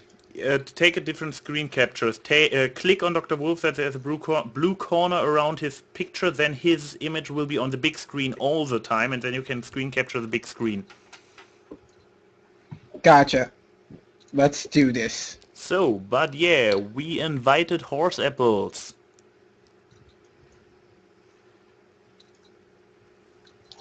Horse apples, if this is your first Google Hangout, you will automatically be muted when you join the call. So be sure to click the unmute button in the top of the screen so that you won't be talking to nobody. So, but Jack, do you have a question for Dr. Wolf in the meantime? Well, honestly, the questions I asked earlier were my questions mixed in with a few from the chat. What was the last movie you saw in cinema? Last movie I saw in the theater was Despicable Me 2, and before that was Monsters University. Sweet. How have both been? Because I like both the original ones, but I'm always very skeptical about sequels as well as prequels. I had actually made a video about Monsters University on my channel, and that was way back on July 4th, I think it was. But I have loved the original Monsters Incorporated for many years. It is one of my personal favorite films. And when I heard that they were going to make another Monsters movie, I was like, well, that's really fun. I'd like to see what they do with that. Until I found out that what they actually had in mind was not a sequel, but a prequel. And that it would be about Mike and Sully being at college, and there's nothing about Boo at all. And I was like, oh dear, what are they going to do with this? But despite my skepticism about where they were going to go with the movie, I decided I wanted to go see it and give it a chance and see for myself what it was all about. And when I was watching it, it pretty much was what I expected to see. And I was kind of laughing at a couple of points here and there, and it wasn't that interesting of a story, and it kind of seemed predictable, and I was going to say that this is kind of a step backwards for Pixar, but then I got to the last third of the film, and the story started picking up, and the laughs were coming a lot more, and particularly the moral message they come up with at the end is much more of an adult message than a kid's message, and I was really impressed with everything they were doing in the movie. The problem is you have to get through like 2/3 of a rather mediocre movie in order to get to the surprisingly good movie. I still think it's worth watching. It's not quite as good as the original Monsters, in my opinion. And it will surprise a lot of people who go to watch it. That's what I would say. But I just wish they could have made the whole movie that good instead of just the last third of the movie that good. Interesting question, even so you are probably reaching this episode by the speed you have in going through all the episodes rather soon. But what are your thoughts on the very critical received Super Speedy Cider Squeezy 6000 episode? Because especially in the analysis community, this one does not get a lot of love. Except for maybe CR. No, he criticized the problems as well. But yeah, Dr. Wolf. I haven't watched that episode in a long time. I remember thoroughly enjoying it the first time I saw it, but it's been a long time since I sat down and watched it, so I don't know if what I could say about it would be accurate because I might be missing some elements here and there. But I can agree with a lot of the other analysts that there are some things about the episode that just don't seem to add up. And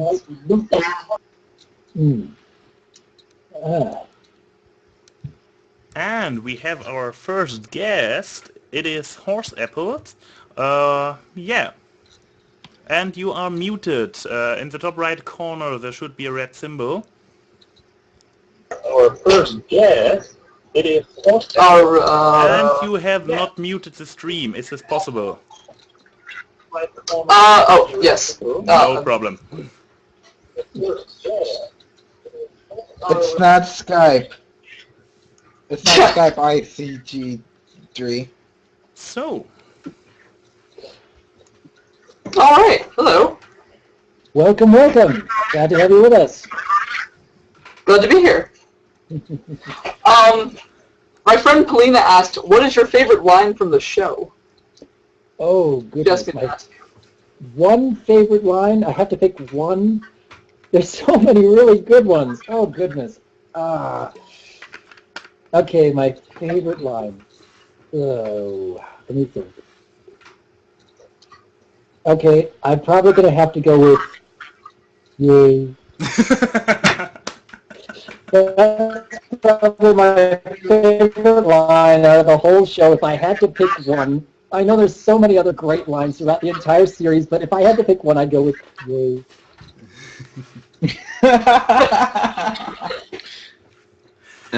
Another question, this one's not from the chat per se. Do you have a favorite background pony, and if so, which one, and why? I think I probably covered this in one of my Q&A videos. As far as background ponies, I would probably go with Derpy because the animators and the writers just seem to have the most fun with her, making her kind of a Where's Waldo kind of thing. And it makes for a nice entertaining aspect of the show.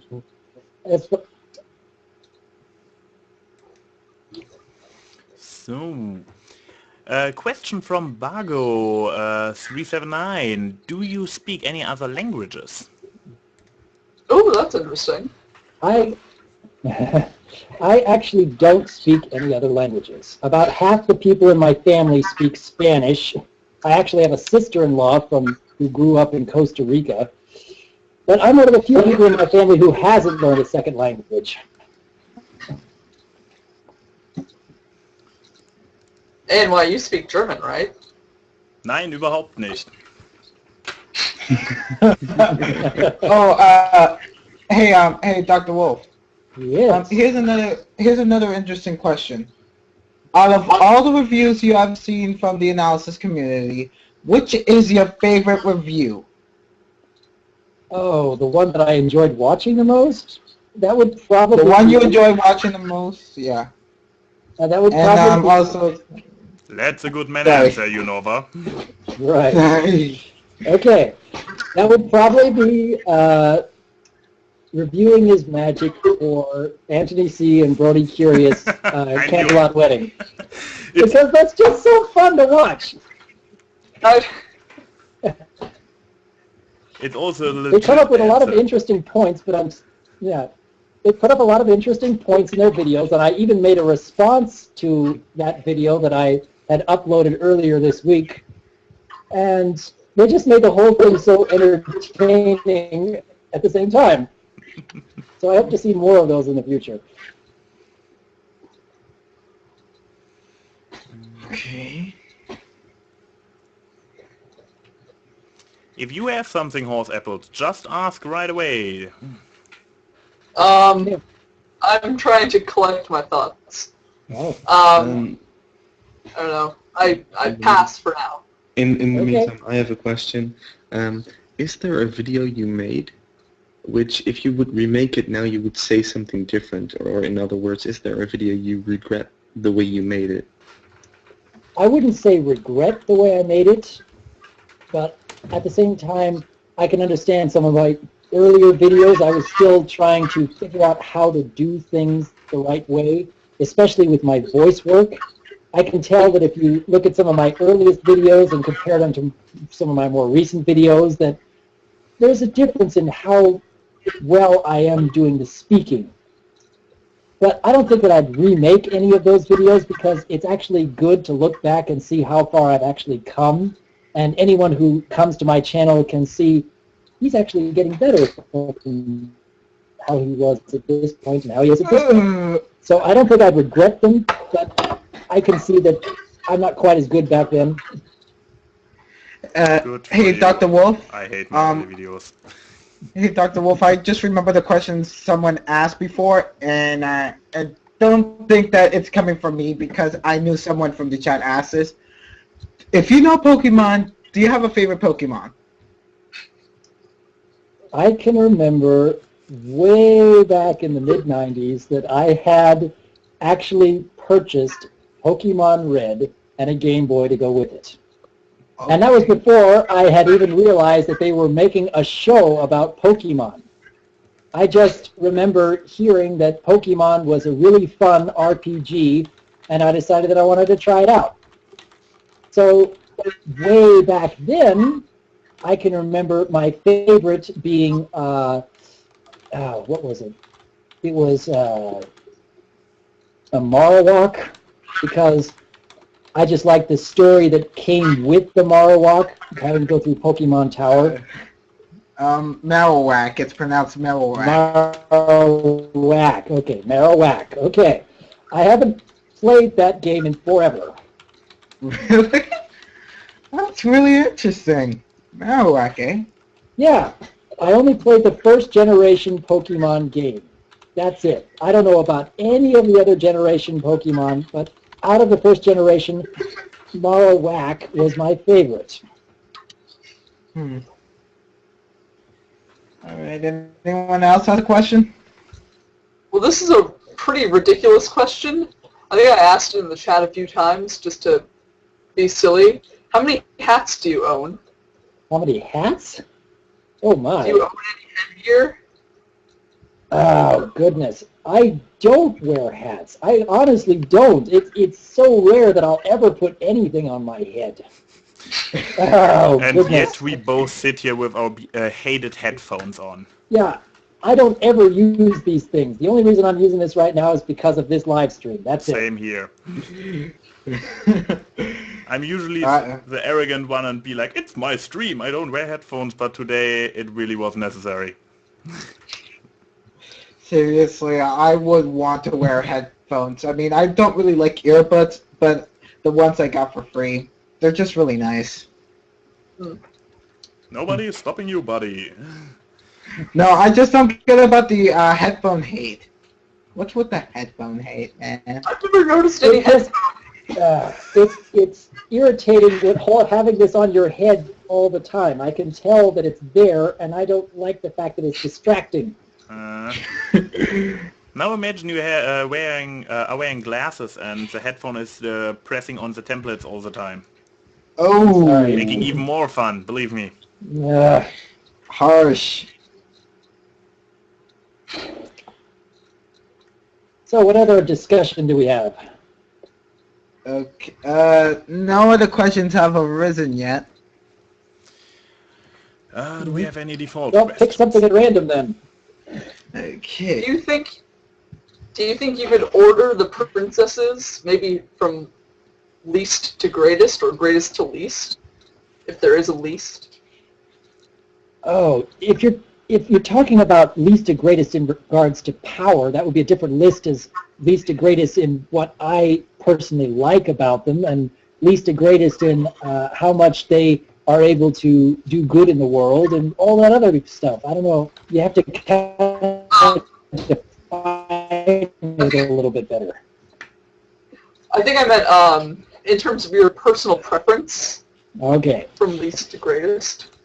All right. If I had to say the princesses that I enjoy seeing the most, then that would probably put Cadence the least out of the four, then Celestia, then Luna, then Twilight. However, I'm sure that list could change in the future because I think there's a lot of potential with Luna's backstory, and I'm hoping to see a lot more of that. I'm hoping for Celestia.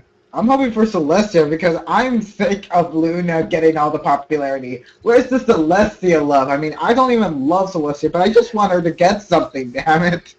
I actually made a video about Princess Celestia. I think it was The Mercy of Princess Celestia, and I got a lot of good feedback on that one because I think she is a very good, inspirational character. And I do like seeing her. It's just that I like seeing Luna a little bit more because we don't see Luna all that much. Personally, I'm a quite avid Celestia fan, and I think she's kind of underappreciated by the fandom. I don't know. That's just my personal preference. I'm probably incredibly biased. So. Yeah, you are biased, but I can understand your reasoning behind trying to support Celestia or Luna. Wait, which one were you supporting? Celestia. Okay, Celestia, because even though she's made many appearances, the only thing the fandom made out of her was just two terrible alter egos for her. Yeah, Molestia and Tyrant Celestia. I don't even know about the Tyrant Lestia. What about Trollestia? Isn't that the third alter ego? Yeah, I think there's 3 alter egos. Yes, yeah. Celestia. I believe you will find a lot more, but Dr. Wolf, are you familiar with any Tumblr ponies? If so, what are your thoughts on those?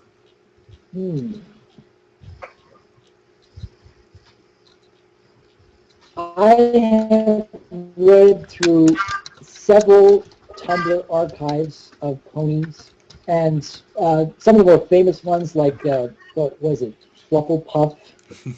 That's just for fun, and it's something that I come across every now and again just to make me smile and laugh and giggle. So that's nice to see. And let's see. What was it? There was another one. Ask Dr. Seth Jerpy. That was another one that I enjoyed reading through. I believe one you probably would like, Ask Dr. Adorable. Oh, yes, with fluttershy. Yes. It's an... I've seen some of that, too. There's a really good Ask King Sombra Tumblr. There's a really good King Sombra Tumblr in which, like, basically, because of so many holes in, like, his backstory, they basically created, like, a very uniquely lovable character, yet you just love to hate. And I'm also tearing up right now. I'm also crying. Something happened. Okay. Just mute your mic. Yes. A question that DRWolf in chat asked is if you've seen Game of Thrones or any other TV shows. Now, you said that you didn't watch any other TV shows currently, but what I'm wondering is, have you been watching any TV shows or movies in the past that you've been as obsessed with as you have been with My Little Pony? I'm sorry, Jack. You keep coming in and out. I have not watched Game of Thrones. I've heard a lot about it. I've heard about people think that it's one of the greatest series, but I've never actually watched it. So I couldn't give my own opinion. Oh, hello there. Hello. Probably muted. In the top right corner, you have to unmute yourself. Oh, here's an interesting question.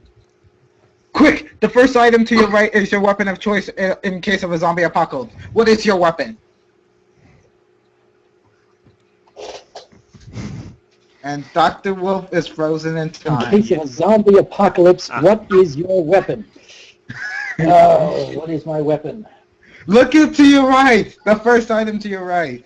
Okay, first item to my right. That would be a music stand. There's a music stand that I'm going to hold two-handed, and I'm going to whack people. I'm going to whack zombies in the head. I'm lucky. Mine would be a Western guitar, so... So, as for me, I have... Oh, perfect as a... Could have been worse. As like a blunt weapon. As for me, I have a small Pinkie Pie plushie. I literally had a small Pinkie Pie plushie next to me. So... Kill them with kindness. I have a deodorant sunscreen. Okay, that's it. I have better of a chance to survive than you now, Horace Apples. And now with us, the incidental Canterlot Guard number 3. Welcome to the show. Howdy. I think I finally figured it out. Good. Congratulations, I see G3. Oh my god, I just memorized your So, we just like Jack. So, do you already have some interesting questions for Dr. Wolf? I think he's actually answered all my questions at this point in time. Oh, really? Well, what is it that you wanted to discuss then? Do you have something that you want to go through on a topic or something? I actually had something, and while I was fighting with the computer, I lost it. Okay, okay. Maybe it comes back. Maybe, sorry. Okay. Oh, Bago379 asks, do you play an instrument? Ooh. Not currently right now. I have played a number of musical instruments in the past. I can remember way back in elementary school, I played the trumpet, and that was up through high school that I played that. When I was in college, I started taking piano lessons, and that was fun. But I suppose where I have the most musical talent is probably in my voice, because I've been in a number of choirs and a cappella groups and even a barbershop quartet once. Ooh. But that was so long ago. You do know what you just have been asking for. Oh! Yeah, I realize that. Yes. Oh, come on. Less swearing, more muting. Yes. Nevertheless, Dr. Wolf, pick your song and sing. I can't remember all the words to the songs I used to sing. No, do you have an MLP song you know pretty well? We can all sing Smile, Smile, Smile. Yeah, but Sort of, but it has to be in the right range. You have to understand that I am a bass. And a lot of the songs in MLP aren't anywhere near a bass. yes, I know. So, But let me think. also, I would not advise to do a sing-along because even if you don't directly experience it, there is most of the time a delay when you are in an international call. So we will be about a few milliseconds delayed to each other, and it will sound horribly. Believe me, I tried it often in the past. I understand that people are now going to have to hear me sing something, and I understand that it's just going to have to be me. And I'm trying to think about what I could sing. If you need lyrics, I can provide you. Oh, I see. No backing out. If you can provide some lyrics, then maybe I could try to sing something. But I'd have to think of something that could be in my range, and I'm so very much out of practice. And the good thing is, since there is no background music, you can pretty much sing whatever you want. Okay. How about something short, good old Morning in Ponyville? Ooh, yes. I have to remember the notes to that. I remember the I don't remember the notes all that well. So I sent you the link, but I can Let also me take send a you look other here. links.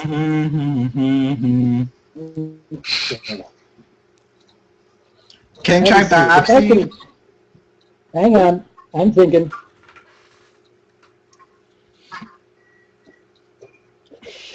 Maybe I can do a few lines and see how well it works. Hang on. Okay.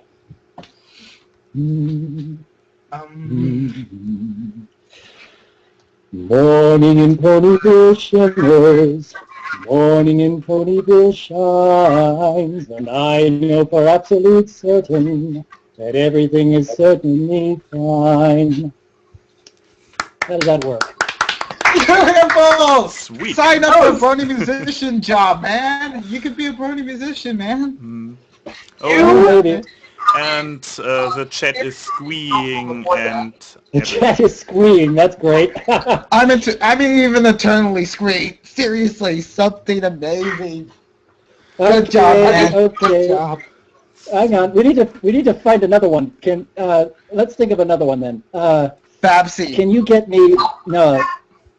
I can try Babsy, but I don't know if that's really my range. If you can get me a link for it. Here is I'm going to start doing requests of every single MLP song now. I just sent you the whole list, so you can All pick whatever you want. I'm looking. Okay, I got a request for Babseed. Where is it? Here we go.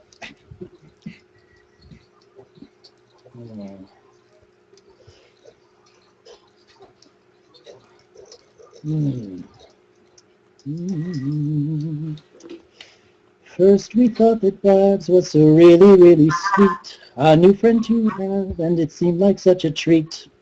But then we found the truth, she's just a bully from the east. She went from Babs, yeah, to a bully and a beast. I think I royally messed that up because I can't remember how it goes.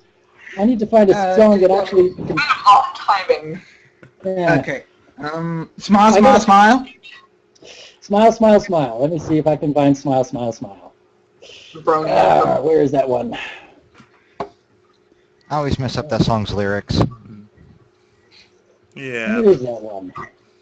Because Pinkie Pie kind of shifts through the...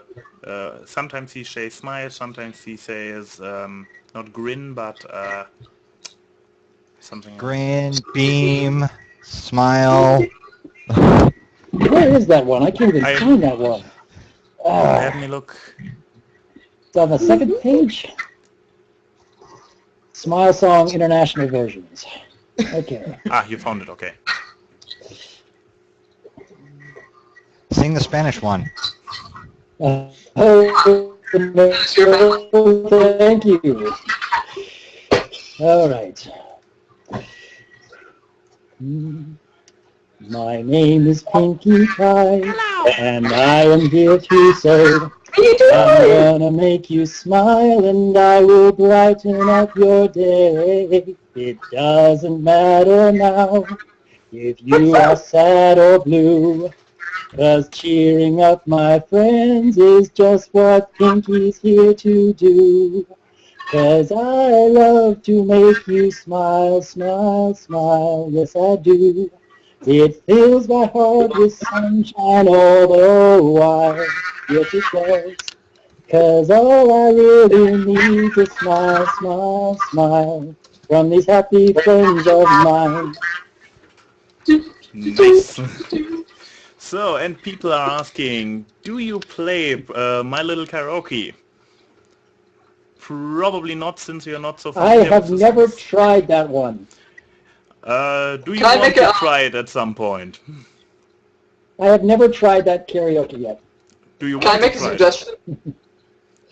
I believe you can free download it because it's... What's the suggestion? Nevertheless, you also there have also been a few other interesting questions. Maybe we can continue singing later. So, yeah, that's okay. What do you look for in a good story by Greetings 10? I have to actually care about what the characters are going through. I have to be invested in their struggles. I have to be invested in their relationships with others. I have to decide, I like this character. I want to see them get through this particular struggle or this particular event in their lives, and I want to see them grow from it. That's what really draws me into a good story, is characters with real depth that makes you relate to them and want to know more about them and want to see them succeed, that kind of thing. So, and another question that has been posted a while back, I don't know from whom, was how do you understand art and especially do you consider video games a form of art? I believe that video games can be considered a form of art. It's just that right now you have a flood of video games that don't even come close to being considered art. So I believe it can and will be recognized as art, but hasn't reached that point yet. Okay. Checking for other questions. ANY? Yes. I think I have a question. Oh, go for it. Okay. Here's my question. Okay. Okay. So So out of all the bronies, who would you think would be the best representation at the at let's just say a World Peace Conference? Out of all the bronies I know? Yes. Just all the bronies, all the famous bronies. Oh my goodness, I don't know. Who would be the best representation of our fandom? That's the question? Yeah. Oh, I don't know. I don't know any of these famous bronies on a personal level. That's the thing. I know a I'd few have to people I sit down wouldn't with a send bunch of there. them and, yeah, I can think of a few people I wouldn't send too, but, oh, goodness, I don't know who would be the best representation of the fandom. That's putting a lot of stuff on somebody's shoulders. I have no idea. I think Digibrony is kind of the Yeah, I don't know. He's interesting. He creates some good videos. I don't want to put him down. I like some of the stuff he comes up with. It's just, I don't know if he's a best representation of the entire fandom. Same That's here. the thing. Yeah, Because, for example, just to refer to himself, what he said at the beginning of his Alicon Princess video, where he pretty much states that he decides to believe in something and therefore he doesn't care about other people's opinions, which is pretty much the subtext. It was a reference to his battles with Biter, I believe, but nonetheless, he pretty much says that he isn't open-minded. He has his opinion, and that's his opinion. And I wouldn't send him to a peace conference with this. Yeah. Yeah. Either Sophisto or Final Draft. Who would you choose? I don't know either of these people in person. That's the thing. I can't make a decision until I've actually sat down and talked with them at a personal level before I could say, this would probably be the best person to represent the fandom. I don't want to make that kind of decision because it's an uninformed decision. Yeah, I can see that. We need a Grand Brony Council. Is that? Grand Brony Council, that would be interesting. Ooh, Try to that would be.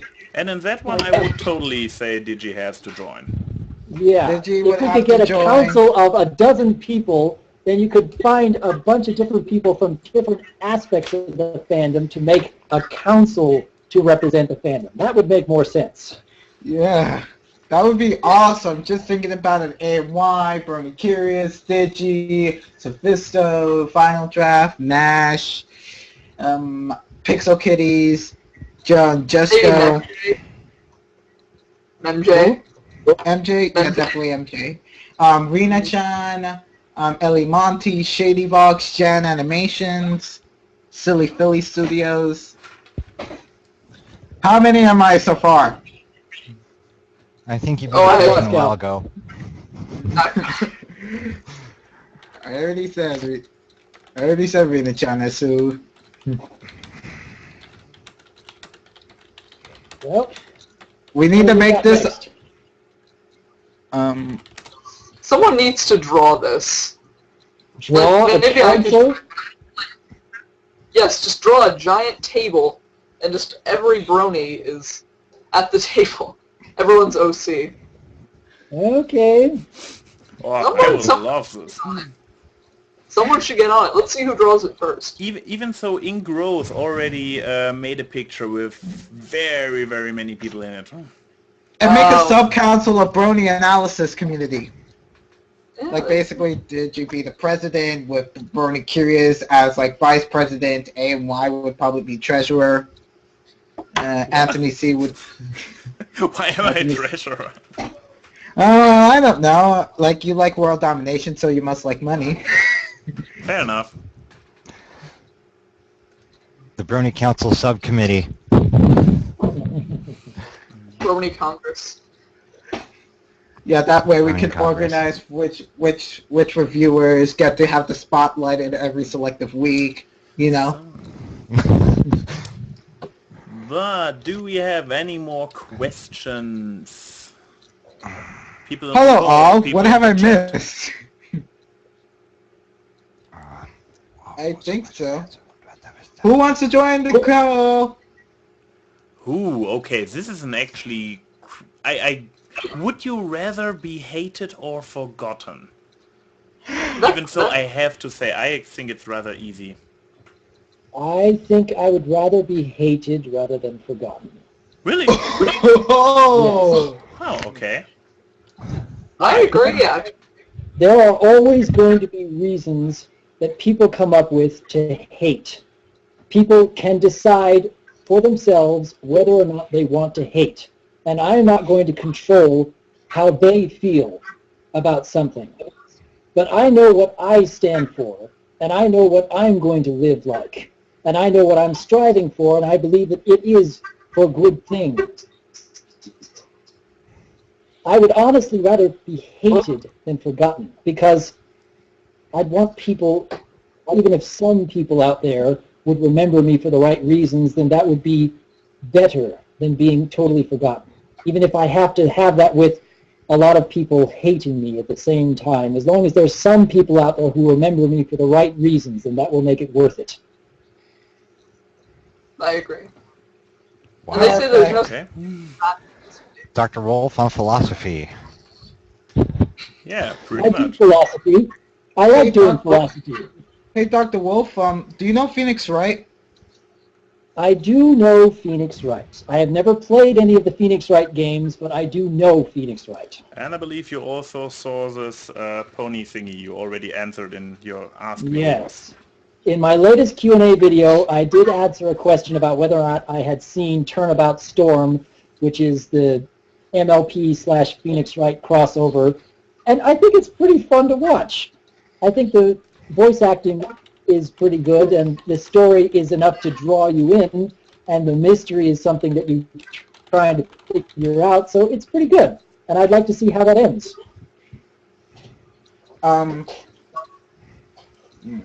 Is the glass half full or half empty? Half full. No surprise Definitely there. half full.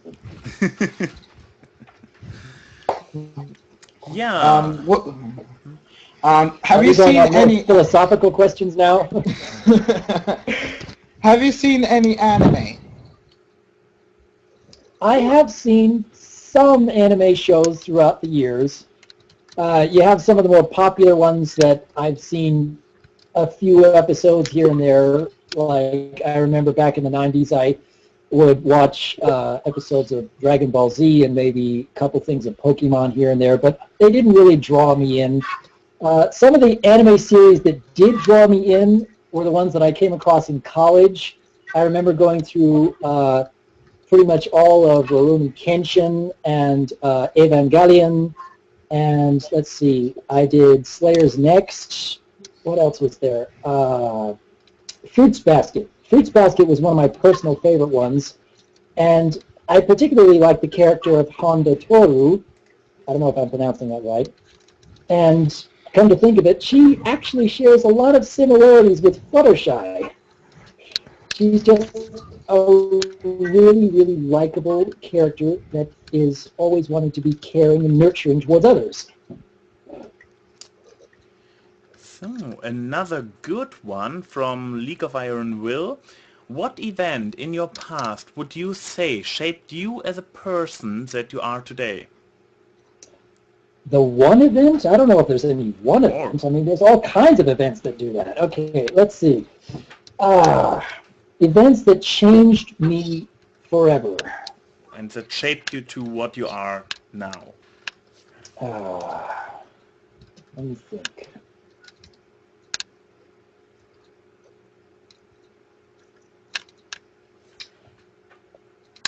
I know in my case, my first relationship made me the cynic I am today. Oh my. Okay. I'm right there with you, ANY. As for me, let's just say my mom was insane and decided to take me with her to a shelter, even though I didn't really need to go to a shelter, and I was spending 1.5 years in the Bronx somewhere, just basically with my mother. Didn't know that she was crazy. Was believing everything she was saying about, like, everyone was out to get me. Everyone was a dark wizard, and my father was the dark overlord. And it took me until I was Dr. Wolf has his answer as well. Yeah, all right. What is it? I can remember back in college when I started having some medical issues with my lungs starting to collapsing right out of the blue for no reason at all. And I had to go to the hospital in the middle of the semester, and I was trying to think, what am I going to do with my life if I have to quit college for a while? And what really changed my life at that point was realizing just how many people really cared about me, to come and visit me in the hospital and send their well wishes and call me on the phone and make cards. And I just got this outpouring of people who decided that I was really important and they were hoping that I would get better. And that was a really life-changing experience for me. When when people were worried that I might die, they suddenly realized just how wonderful a person I was, and in turn I began to realize just how much I was really needed by those around me, serving that purpose that I didn't even realize was really there. So that was a life-changing experience for me, and it happened to do with the fact that I was in the hospital for a month or two. Okay. Now I feel bad to follow up with the next question because it's such a very different tone. But yeah, John Webcon asks, if there would be a 7th and an 8th element of harmony, what would you think they should be?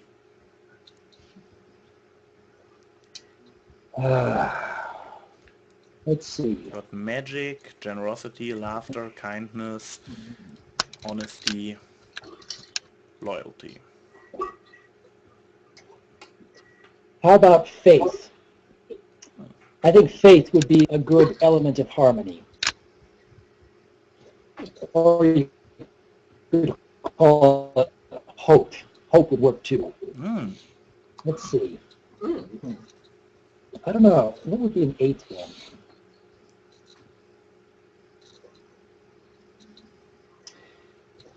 I don't know. I'd have to think about that for a while. But I would go with faith and or hope for an element of harmony. Okay. Wouldn't laughter or perhaps optimism, as Celestia stated, Pinky's element, kind of involve hope and faith there, Dr. Wolf? Indeed, it does. You could also say that kindness and maybe even loyalty might fit that partially, somewhat, in a little bit. But I think faith and hope could be separate enough to be considered a different element of harmony that could add to the others.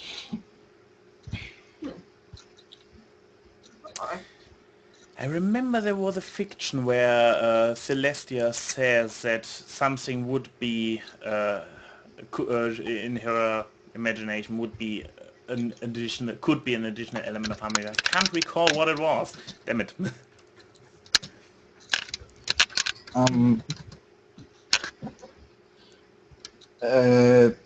Asu asks this. Can you answer it, Dr. Wolf? Say that again? Asu asks, do you have a pony sona as well as that first sona? I haven't created any pony sona yet. I had considered making a pony OC back in the days when my watchers were requesting that I have an avatar, but I decided against it and ended up going with the Dr. Wolf that I have now because I wanted to stand out a little bit. It is possible that somewhere down the road someone will make a pony sona for me and it'll look really nice and I'll decide, well, maybe it should work for me. But for now I'm sticking with Dr. Wolf. Even so, this is maybe not the best idea, because if you at some point want to expand your video content, it's easier to switch over from Dr. Wolf to create something else. And the very moment you turn into a pony, you are stuck as a pony. But yeah, because I kind of get the feeling that questions start for once repeating and also become with larger pauses in between. It is also the question if we want to come to an end, start to wrap things up, and I don't know, maybe you have a nice last song for the exit. I can come up with a nice last song. I'm sure people are going to want to hear me do one more. I I am glad that we got to take part in this. I was been looking forward to this for more than a couple weeks now, and I got to thank ANY for helping out so much with this. You are very welcome. And maybe one of these months I'll end up doing another one because now people have learned a lot more about me, and they're going to start spamming my channel with one thing or another. And that's okay. And the avatar. I read through every comment on every video that is ever written. Even though I don't answer them all, I do read them. So I do look forward to answering more of your questions at some point in the future. Let's see. Do we have any last-minute things aside from a last-minute song that I'm sure is going to happen? Can I make a suggestion? Do tell. I think that you, Theory Brony, and Mando Pony should all form a boy band. It's the new hip thing. Oh my goodness. One Direction's working. Yeah. Wait. Oh, wow. Dr. Wolf, Mando, and Theory? This is only 3, and South Park taught us that every boy band has to have 5 members, so you need 2 more. Oh my. People are going to be encouraging this idea. No. I don't think him. Maybe Asu. No, that's a girl. No, Oh, Backstreet Boys. Cool. Backstreet Boys. Yes. Oh, boo. Oh, boo. It's funny, but holy cow, that sounds weird. You can always try In Harmony. Who's Trough Harmony? That sounds like a good idea. Beat hoofs. All right. I'm going to have to find another song here, aren't I? You really can't back out. That would be a really nice finale of this stream. I got to True, find one. friend. Let me think. No, I think I got one in mind.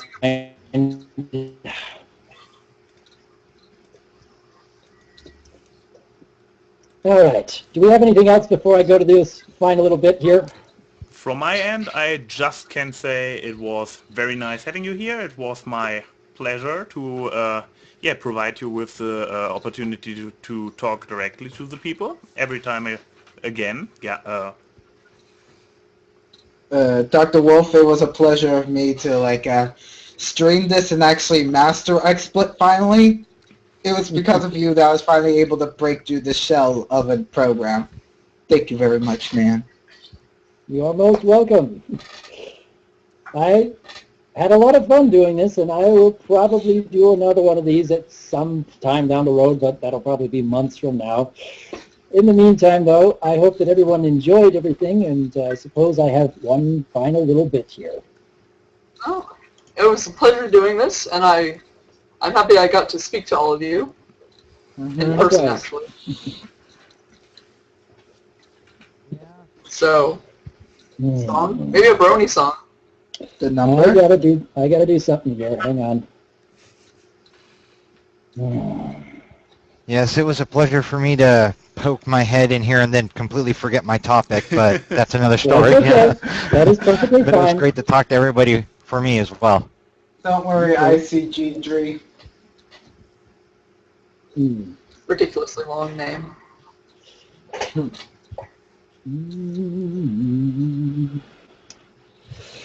This day is going to be perfect, the kind of day of which I've dreamed since I was small. Every pony will gather round, say I look lovely in my gown. What they don't know is that I have fooled them all. This day is going to be perfect, the kind of day of which I've dreamed since I was small. But instead of having cake with all my friends to celebrate my wedding bells, they may not ring for me at all. I could care less about the dress, I won't partake in any cake. Vows, well, I'll be lying when I say that through any kind of weather I'll want us to be together. The truth is I don't care for him at all. No, I do not love the groom. Within my heart there is no room. But I still want him to be all mine. Oh, goodness. I'm way out of practice. Oh, I'm way out of practice. Well, thank you very much, Dr. Wolf. This was the live Q&A with Dr. Wolf, and it will probably appear on his channel in a few days. So, everybody, have a nice evening. Bye-bye.